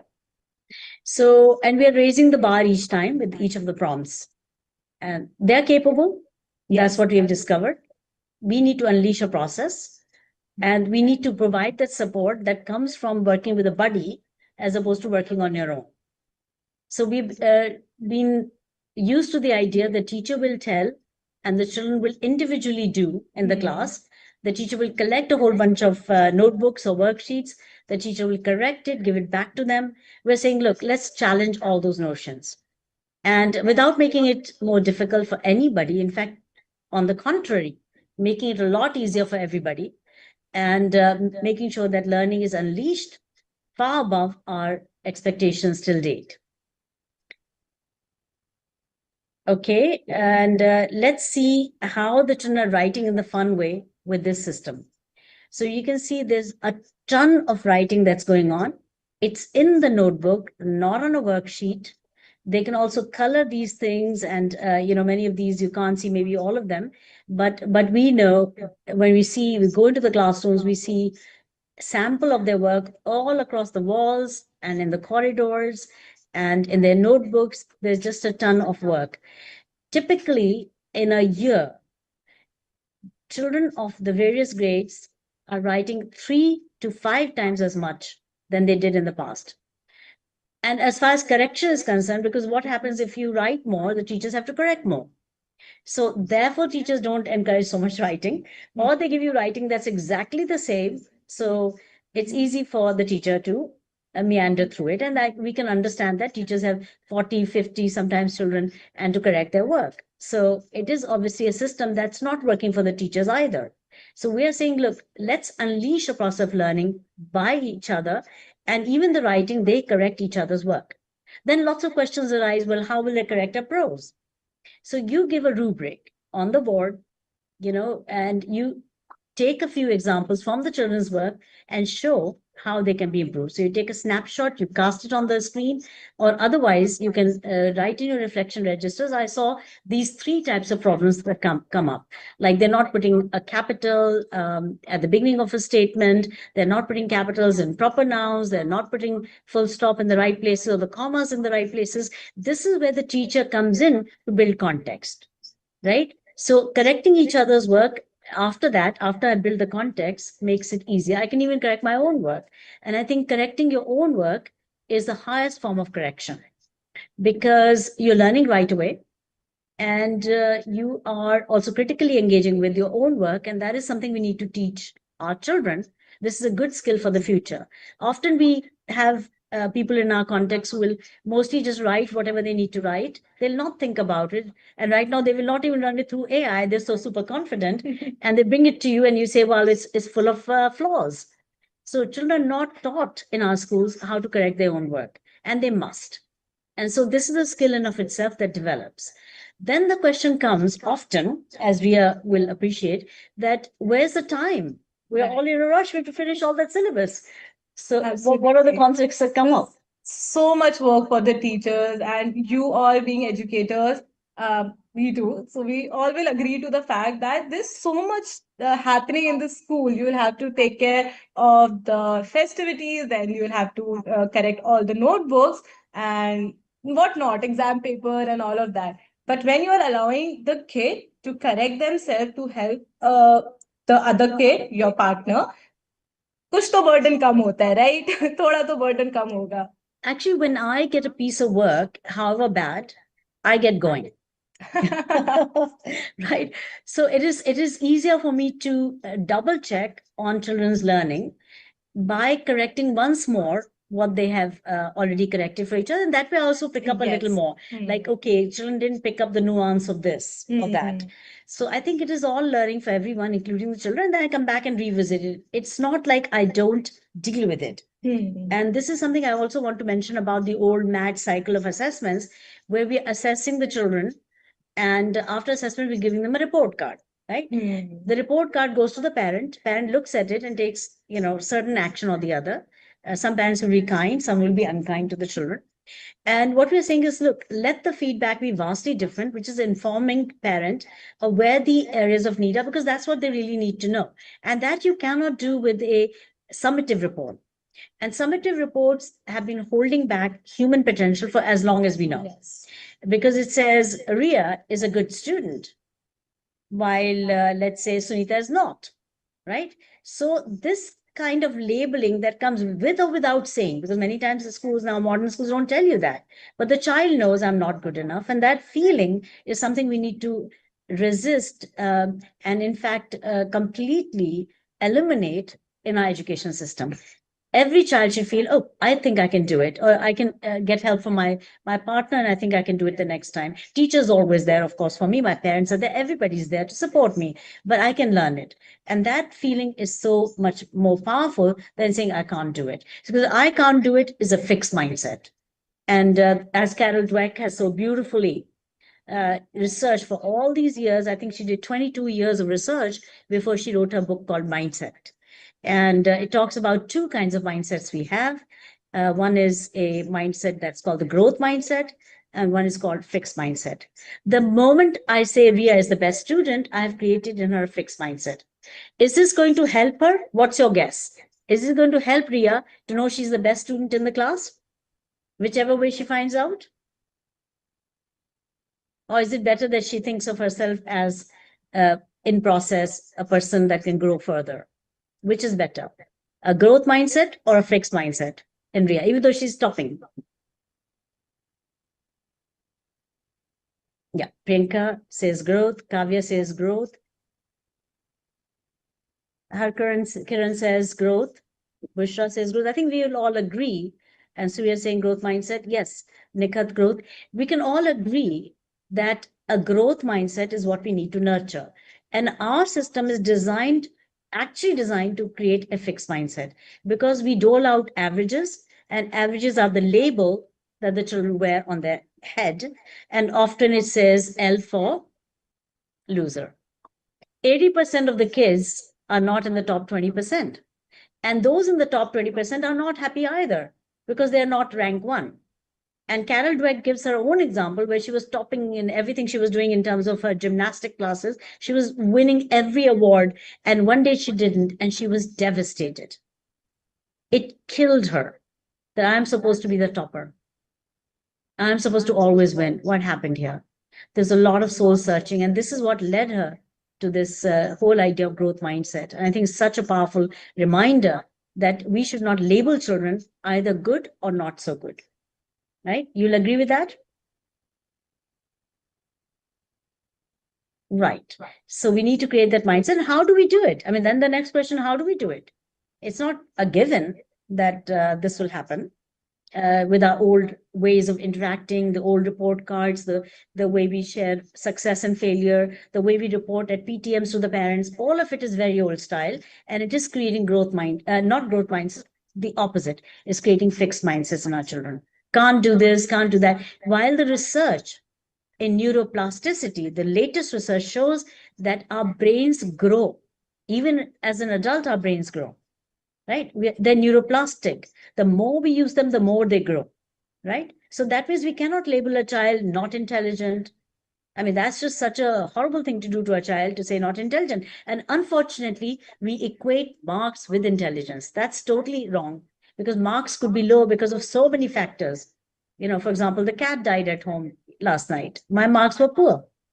Or I'm not feeling good about how this class is running. I have a headache, I've got a physical ailment, I'm lacking motivation for this reason or that reason. There are a million reasons why a child doesn't do well, right? And on a sheet of paper in a pressure cooker condition of an examination. But does it mean they're less intelligent? I think I would differ here. Totally. What are your thoughts, Ria? I absolutely agree to that. That pressure cooker thing that you just mentioned, that we are conditioned to work that way. But now the question is how?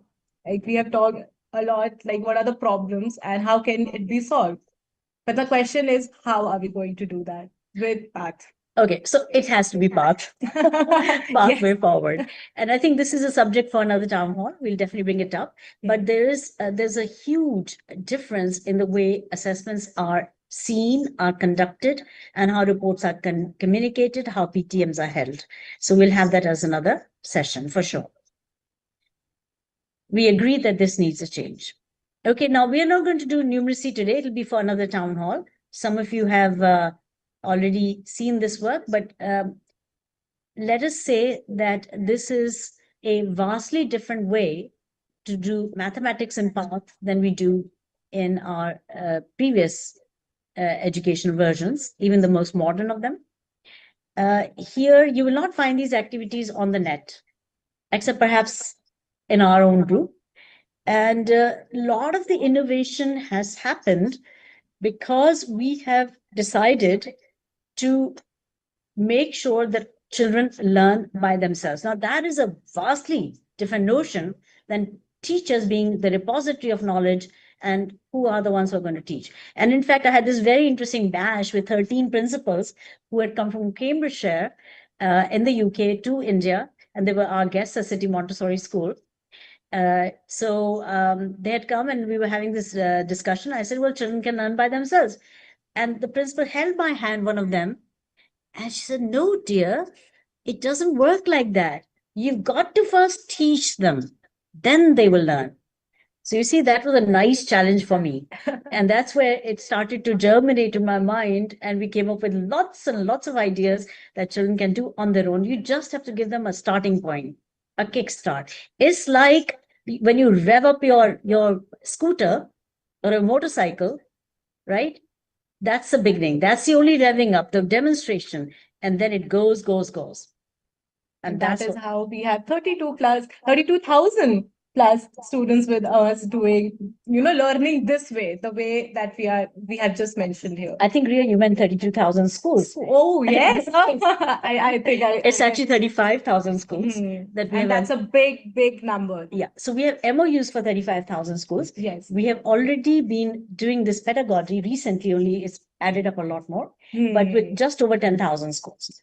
So of the 35,000 MOUs, memorandums we have of understanding, which is like an agreement, of those we have already started in 10,000 plus schools in different geographies of India.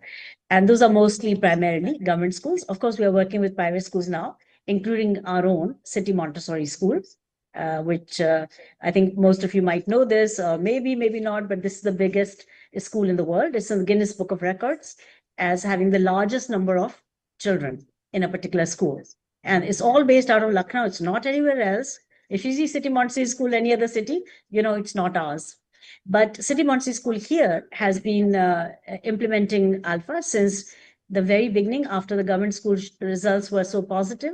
That's in November of 2022. It's coming up to about 3 years and fourth academic session into which we are implementing this program. And we're seeing whopping results. And that's why it's continuing on, because, in private school, you can't take risks. You don't want children to walk out of the door. In fact, what is really, really interesting is that the retention has been much higher as per historical comparison in our grades 1 and 2. So grades 1 and 2, where we do this program, represent the highest percentage of on-roll students that have grown from between last year and this year. So we're talking about 80% of the on-roll increment. That is a combined impact of new admissions and who stayed back and people move for various reasons. 80% of that growth has been because of our PATH program.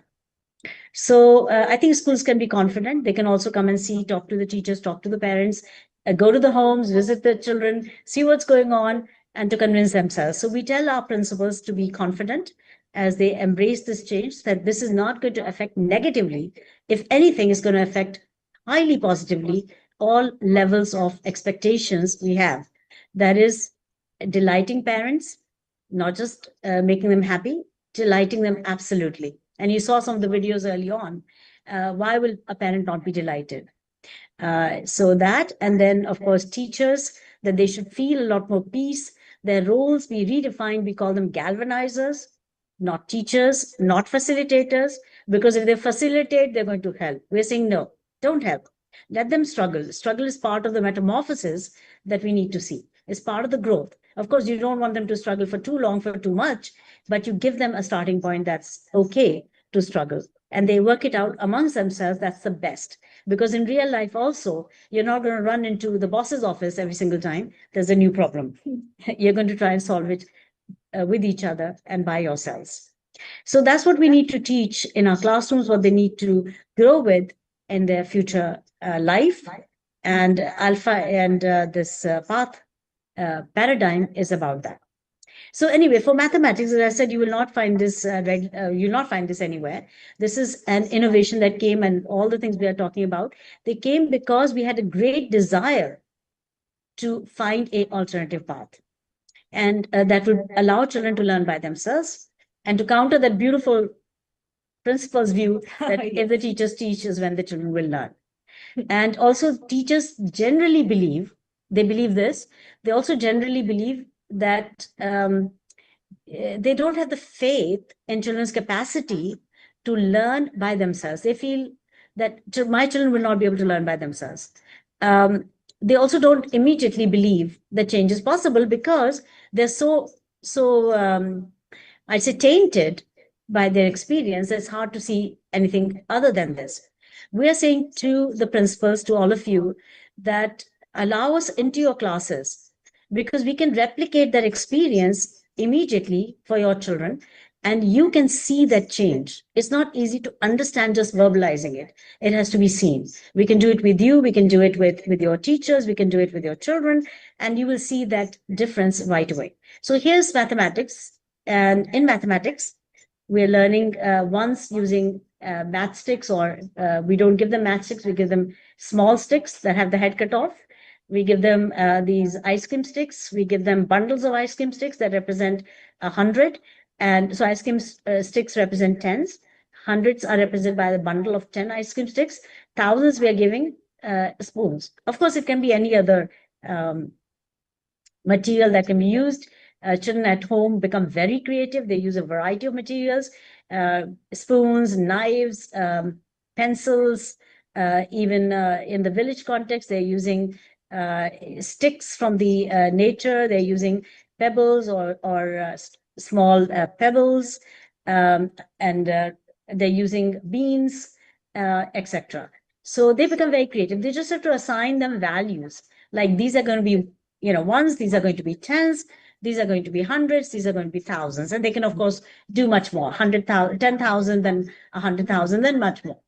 And we also have a kinesthetic aspect to it. We're saying begin with the kinesthetic, right?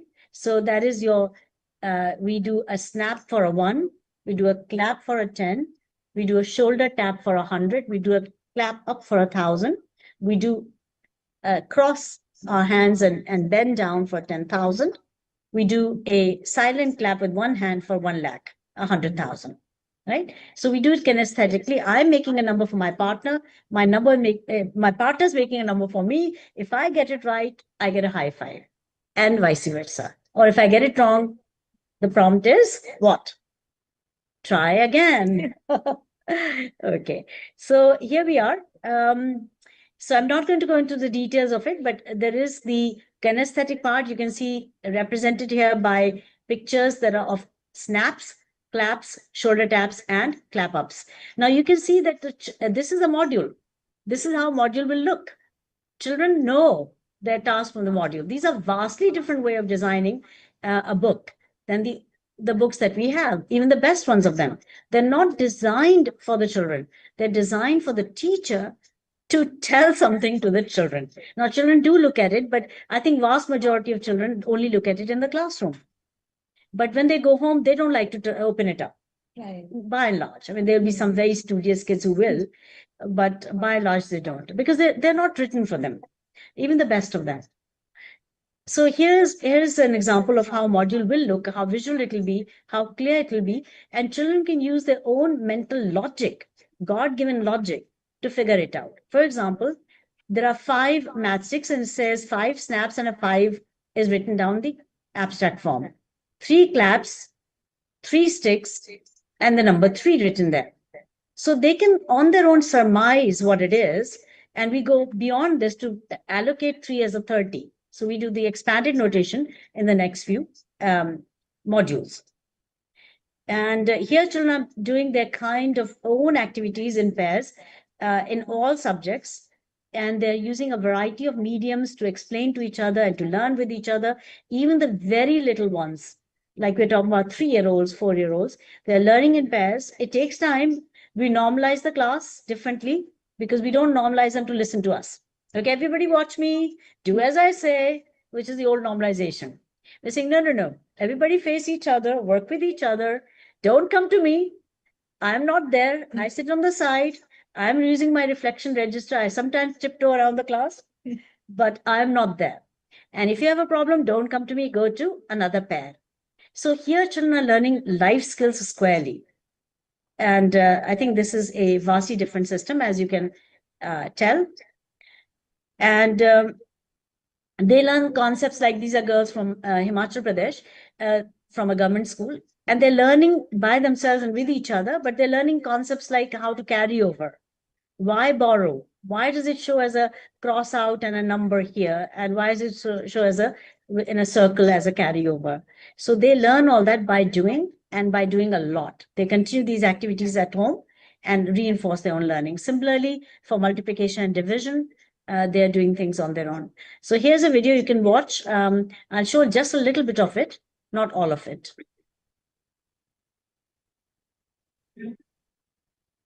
Video सुनाई दे रहा है? This time I hope it's correct. सुनाई दे रहा है?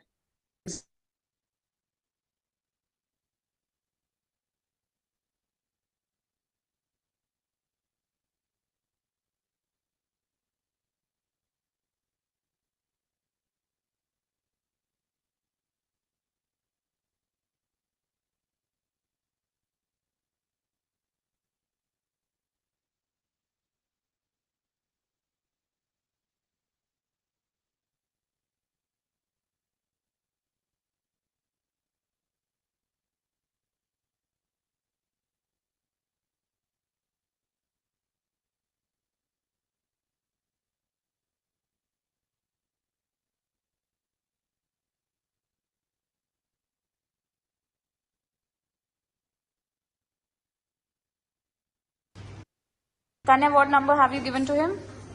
Ma'am, the question is 1385 multiplied by 3. Multiplied by Multiplied by 3. Okay. So, Shinoy, can you explain your number placement? First, I have put 1000.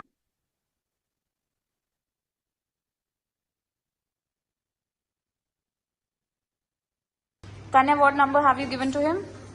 Ma'am, the question is 1385 multiplied by 3.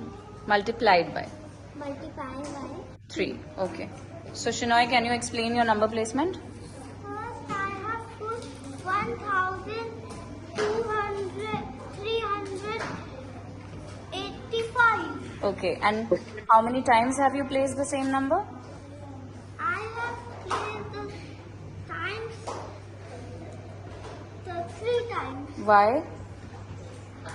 Because here is written 3. Okay. So, you are multiplying it 3 times. Okay. Now, what is the next step? To add these. Do it. Show.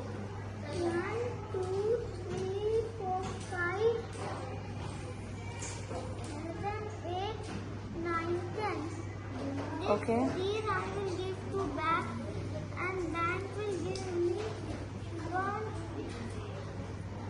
Okay. ice cream stick here. Right. You will put it as carry. Okay. Then how many ones are left then?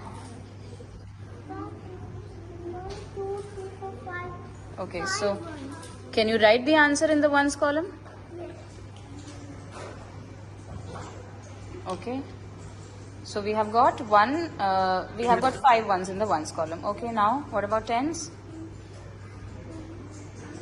1, 2, 3, 4,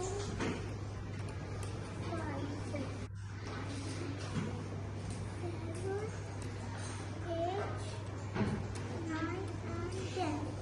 Okay. Now what will you do? I will give these to the bank, Hmm. And the bank will give you. and bank will give me one bundle of Ice cream sticks. ice cream sticks And you will put it in which column? in 100 columns. Okay. Now, what about the leftover tens? Let's add them. 1, 2, 3, 4, 5, 6, 7, 8, 9, 10. Hmm. So, we are going to. Give these to bank. Okay. So now you can use the word exchange. We can exchange it from the bank. Okay. Now, what will the bank give you? Bank will give me again one bundle of ice cream sticks. That is hundreds. Okay. Now, how many tens are we left with? 1, 2, 3, 4, 5. Okay. So, can you write the tens in the answer? 5. Okay. So, we have got 5 ones and 5 tens. Now, let's count the hundreds. 1, 2, 3, 4, 5, 6, 7, 8, 9. And 9 and 10.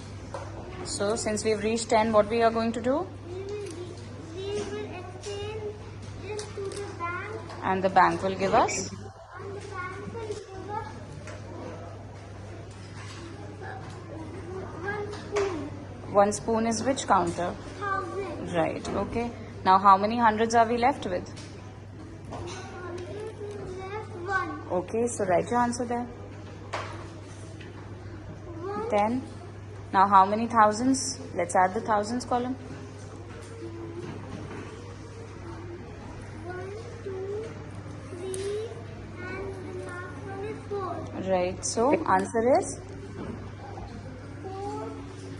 Sandy, the answer is 4,155. Is it correct, Anya? Okay, good.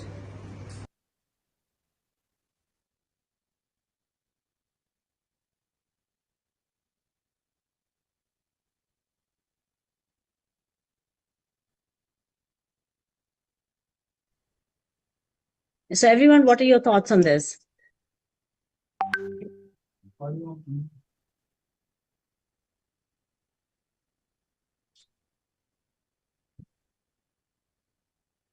I may hear in the chat.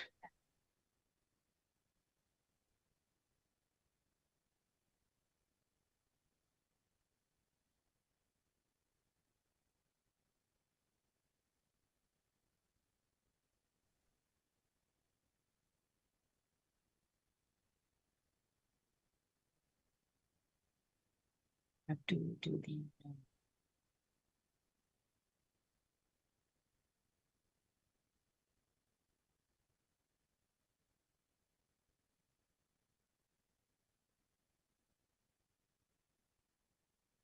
So, as you can see, the buddy books are designed to provide a vastly different take on learning. And we are going to just run through this PPT So you can see where we are at with it. A little quick review, visual review. And you saw an example of a Tanya, classroom what doing number have you this given to him? very difficult math activity, which is multiplying 4-digit numbers by 1-digit number visually and with each other. So it takes time for them to absorb it and to understand it. Over a period of time becomes a lot easier for them. This is a fractions activity, again, highly visual, as you can see, and they can use a newspaper and do a kinesthetic activity, movement-based activity, which we will learn about in the next town hall that we meet for. It's also holistic education because children are learning in pairs, and therefore they are gaining in terms of collaboration. It's collaborative learning at the core. All activities all day long, they're working in pairs. Teachers empowering them, showing them how to work in a pair and how to learn and co-create learning by themselves. There's a lot of communication. As you saw, there was a teacher interacting with a child on mathematics, and the language was being used. And the child is practicing that language. Similarly, you saw the little girl that had, I think it was 34 minus 22 early on in a video. And she's at home, the father or the mother, their job has become that to take a video. These kids dress up and they want to be, video recorded. They send those videos to the teachers in the class groups, and the teachers give them a thumbs up and a heart, and the kids absolutely become theirs. It's just awesome to see that relationship Confident they are. develop. Yes. How confident they are while expressing their thoughts and while doing all these calculations. Isn't it amazing? And you see them practicing that language, which is so very important here as well, right? So they know, okay, how to describe what they've just done.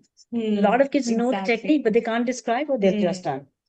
So the child is able to say, this is 34, this is 22, I'm subtracting 22 from 34, this is this. And it's just so brilliant, the language part of it as well. And that's how they become good in their language. So when we say, okay, lot of schools want their children to speak well in English. Yeah, it begins right here. And they learn in the classroom, they communicate with each other, teachers there to give them new context, new language. And they, like, we do a lot of role plays, and they're on the High Path app. Our app has a whole bunch of, I think, 225 role plays. Wow. So these kids are constantly practicing those role plays and develop very rich vocabulary. But those role plays are also on social emotional learning, on world citizenship, on diversity, on so many aspects that we don't cover normally. So the child says, I'm feeling sad. And so social emotional. And the partner will say, well, why are you feeling so sad today? Oh, because such and such happened. So there Right. is a communication, and you are giving them the language to start with, then they start developing their own language around it. Okay, you can see that the benefits of 1:1 learning is that we are learning also what we refer to here as the 4C skills, that is your collaboration, communication, critical thinking. In asking questions, they're learning critical thinking. They have to come down to the level of their partner, or rise up to the level of their partner. Both are very important skills that they need to learn. And that's creativity as well at the fore. So that's the fourth skill, as we refer to them in our context. And these are also the 4 21st century skills mentioned in the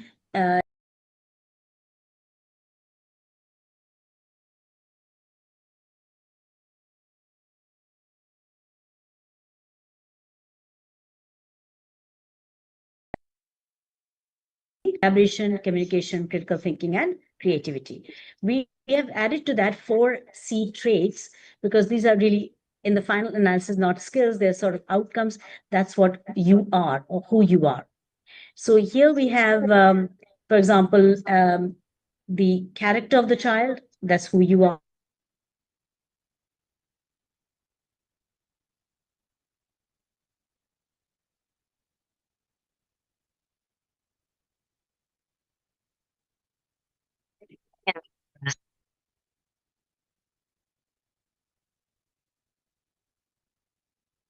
Learn in their education.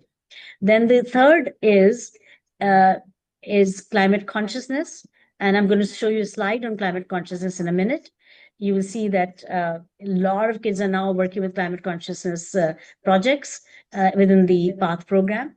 And that is because the books are there on the High Path app that they can open up on a screen and get going. So we don't need to increase the load of the children. We don't need to have heavy bags, but instead that all these resources are available within the system that the teachers can access and the parents can also access. So they can open it up on a mobile and the kids get going.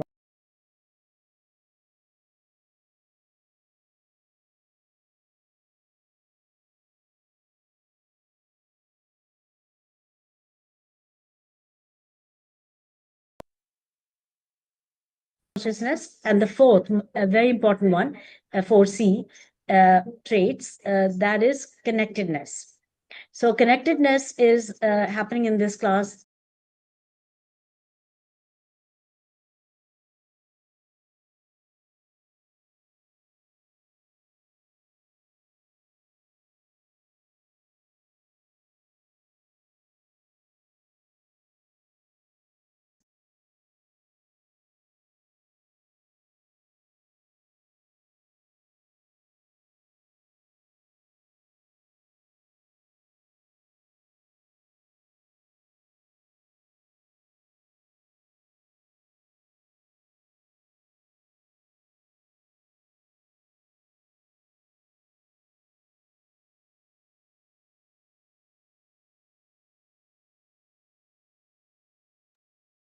Recording in progress.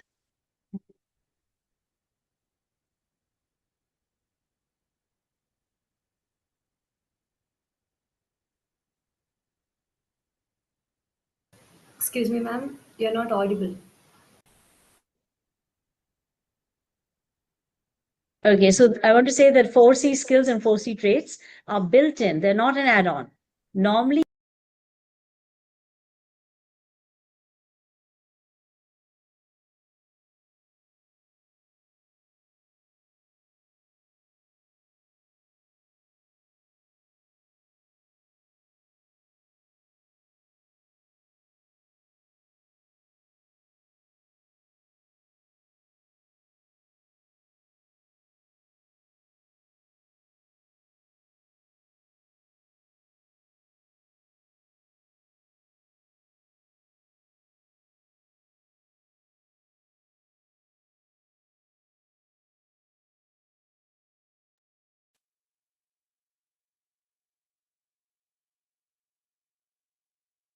Recording in progress. yeah, I'm sorry we're having a slew of technical issues, but I think by next time we'll sort it out.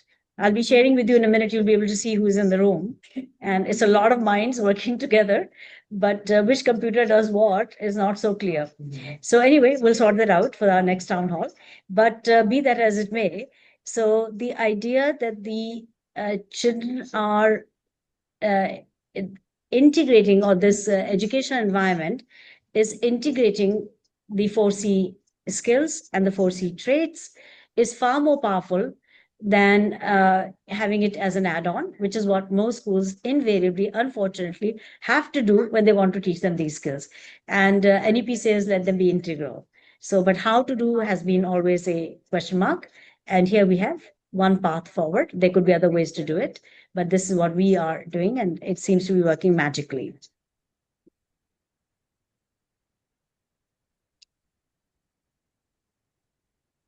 So can you see my next slide?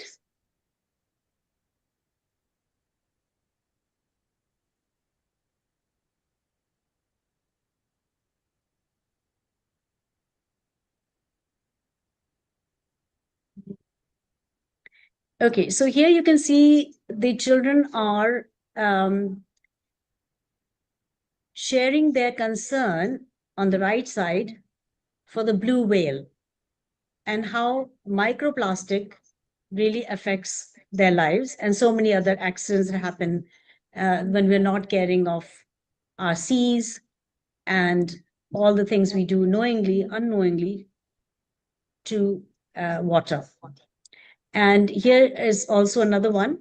that is about the chimpanzees of the Congo and how they are suffering from the acts of man.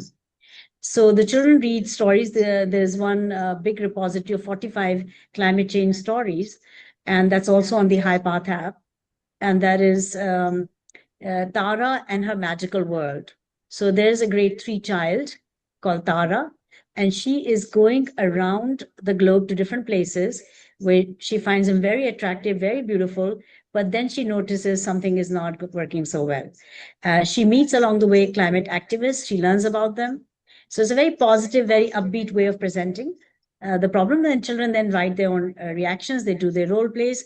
There are a lot of activities that are suggested, like prompts and triggers at the bottom of each of those stories. For example, in the whale context, the story is a very short 4-page story, at the end of which there is an activity in which the pairs will work. One is a researcher and one is the whale. So I have to ask whale a question. I have to speak in whale language. And the researcher will have to note down the troubles that I'm facing, and vice versa. So there are roles for both the children. And this is really, really awesome. So it's an education, as you may agree, of body, mind, heart, and spirit, in which nature is also fully integrated, or as much as possible, given that we are in concrete jungles of our cities, but to the extent possible. So, so experiences build connections better in minds than the other way around. And so HC skills are fundamentally important. We also do feedback in a different way, as we'll discuss it properly in the next town hall. So there's instant feedback, there's child-led feedback, ongoing error correction. There are assessments that will empower the children. You can see colorful, beautiful worksheet-based assessments that the children are doing. They are different from normal assessments in the way they're designed also. And the results are very surprising. We have done this difference in difference analyses, which is a statistical analysis also. But if you see just in terms of marks, the children who did alpha versus those who did not do alpha, there's a big difference in the percentage of marks and the raw scores. And the smart tools that we're using also, there's a lot of evidence. We have captured it in our books called Disruptive Literacy and Alpha. Both books are available on Amazon, and they've been published by Bloomsbury India. One in 2022, one in 2024. And there's also on the very left, you can see a book, a cover, which is about rebuilding resilient education systems after the COVID-19 pandemic.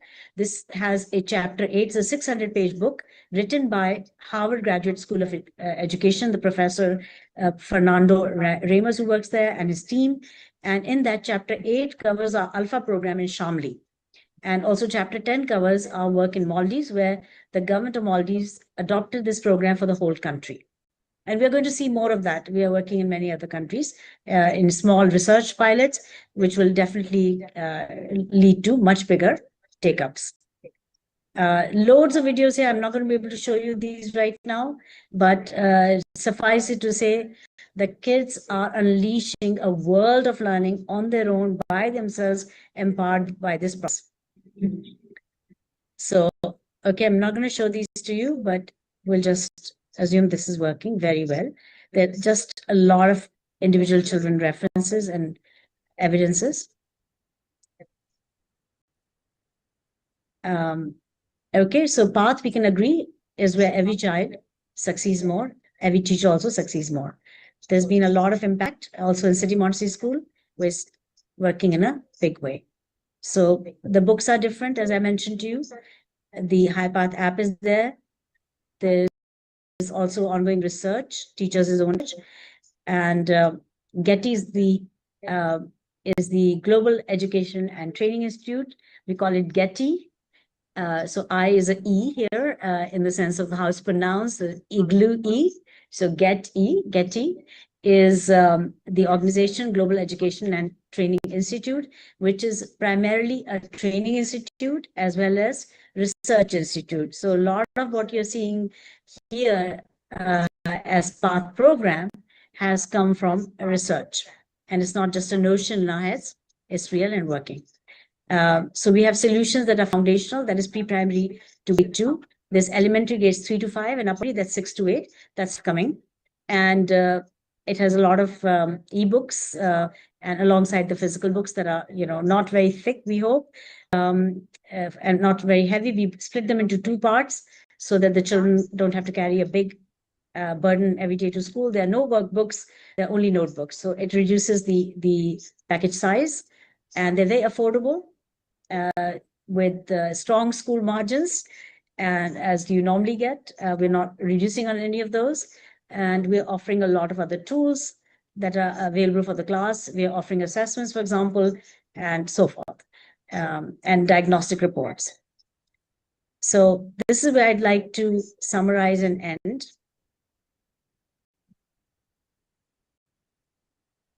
We want to thank you very much for being here with us.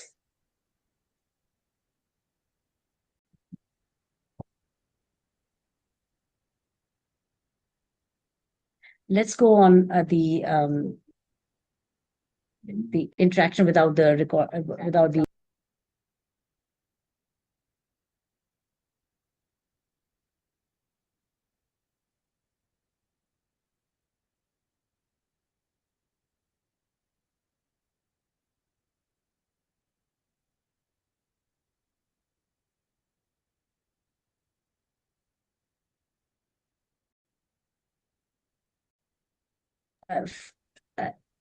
Every one of you is still there, because this was supposed to be a trial run of our town hall.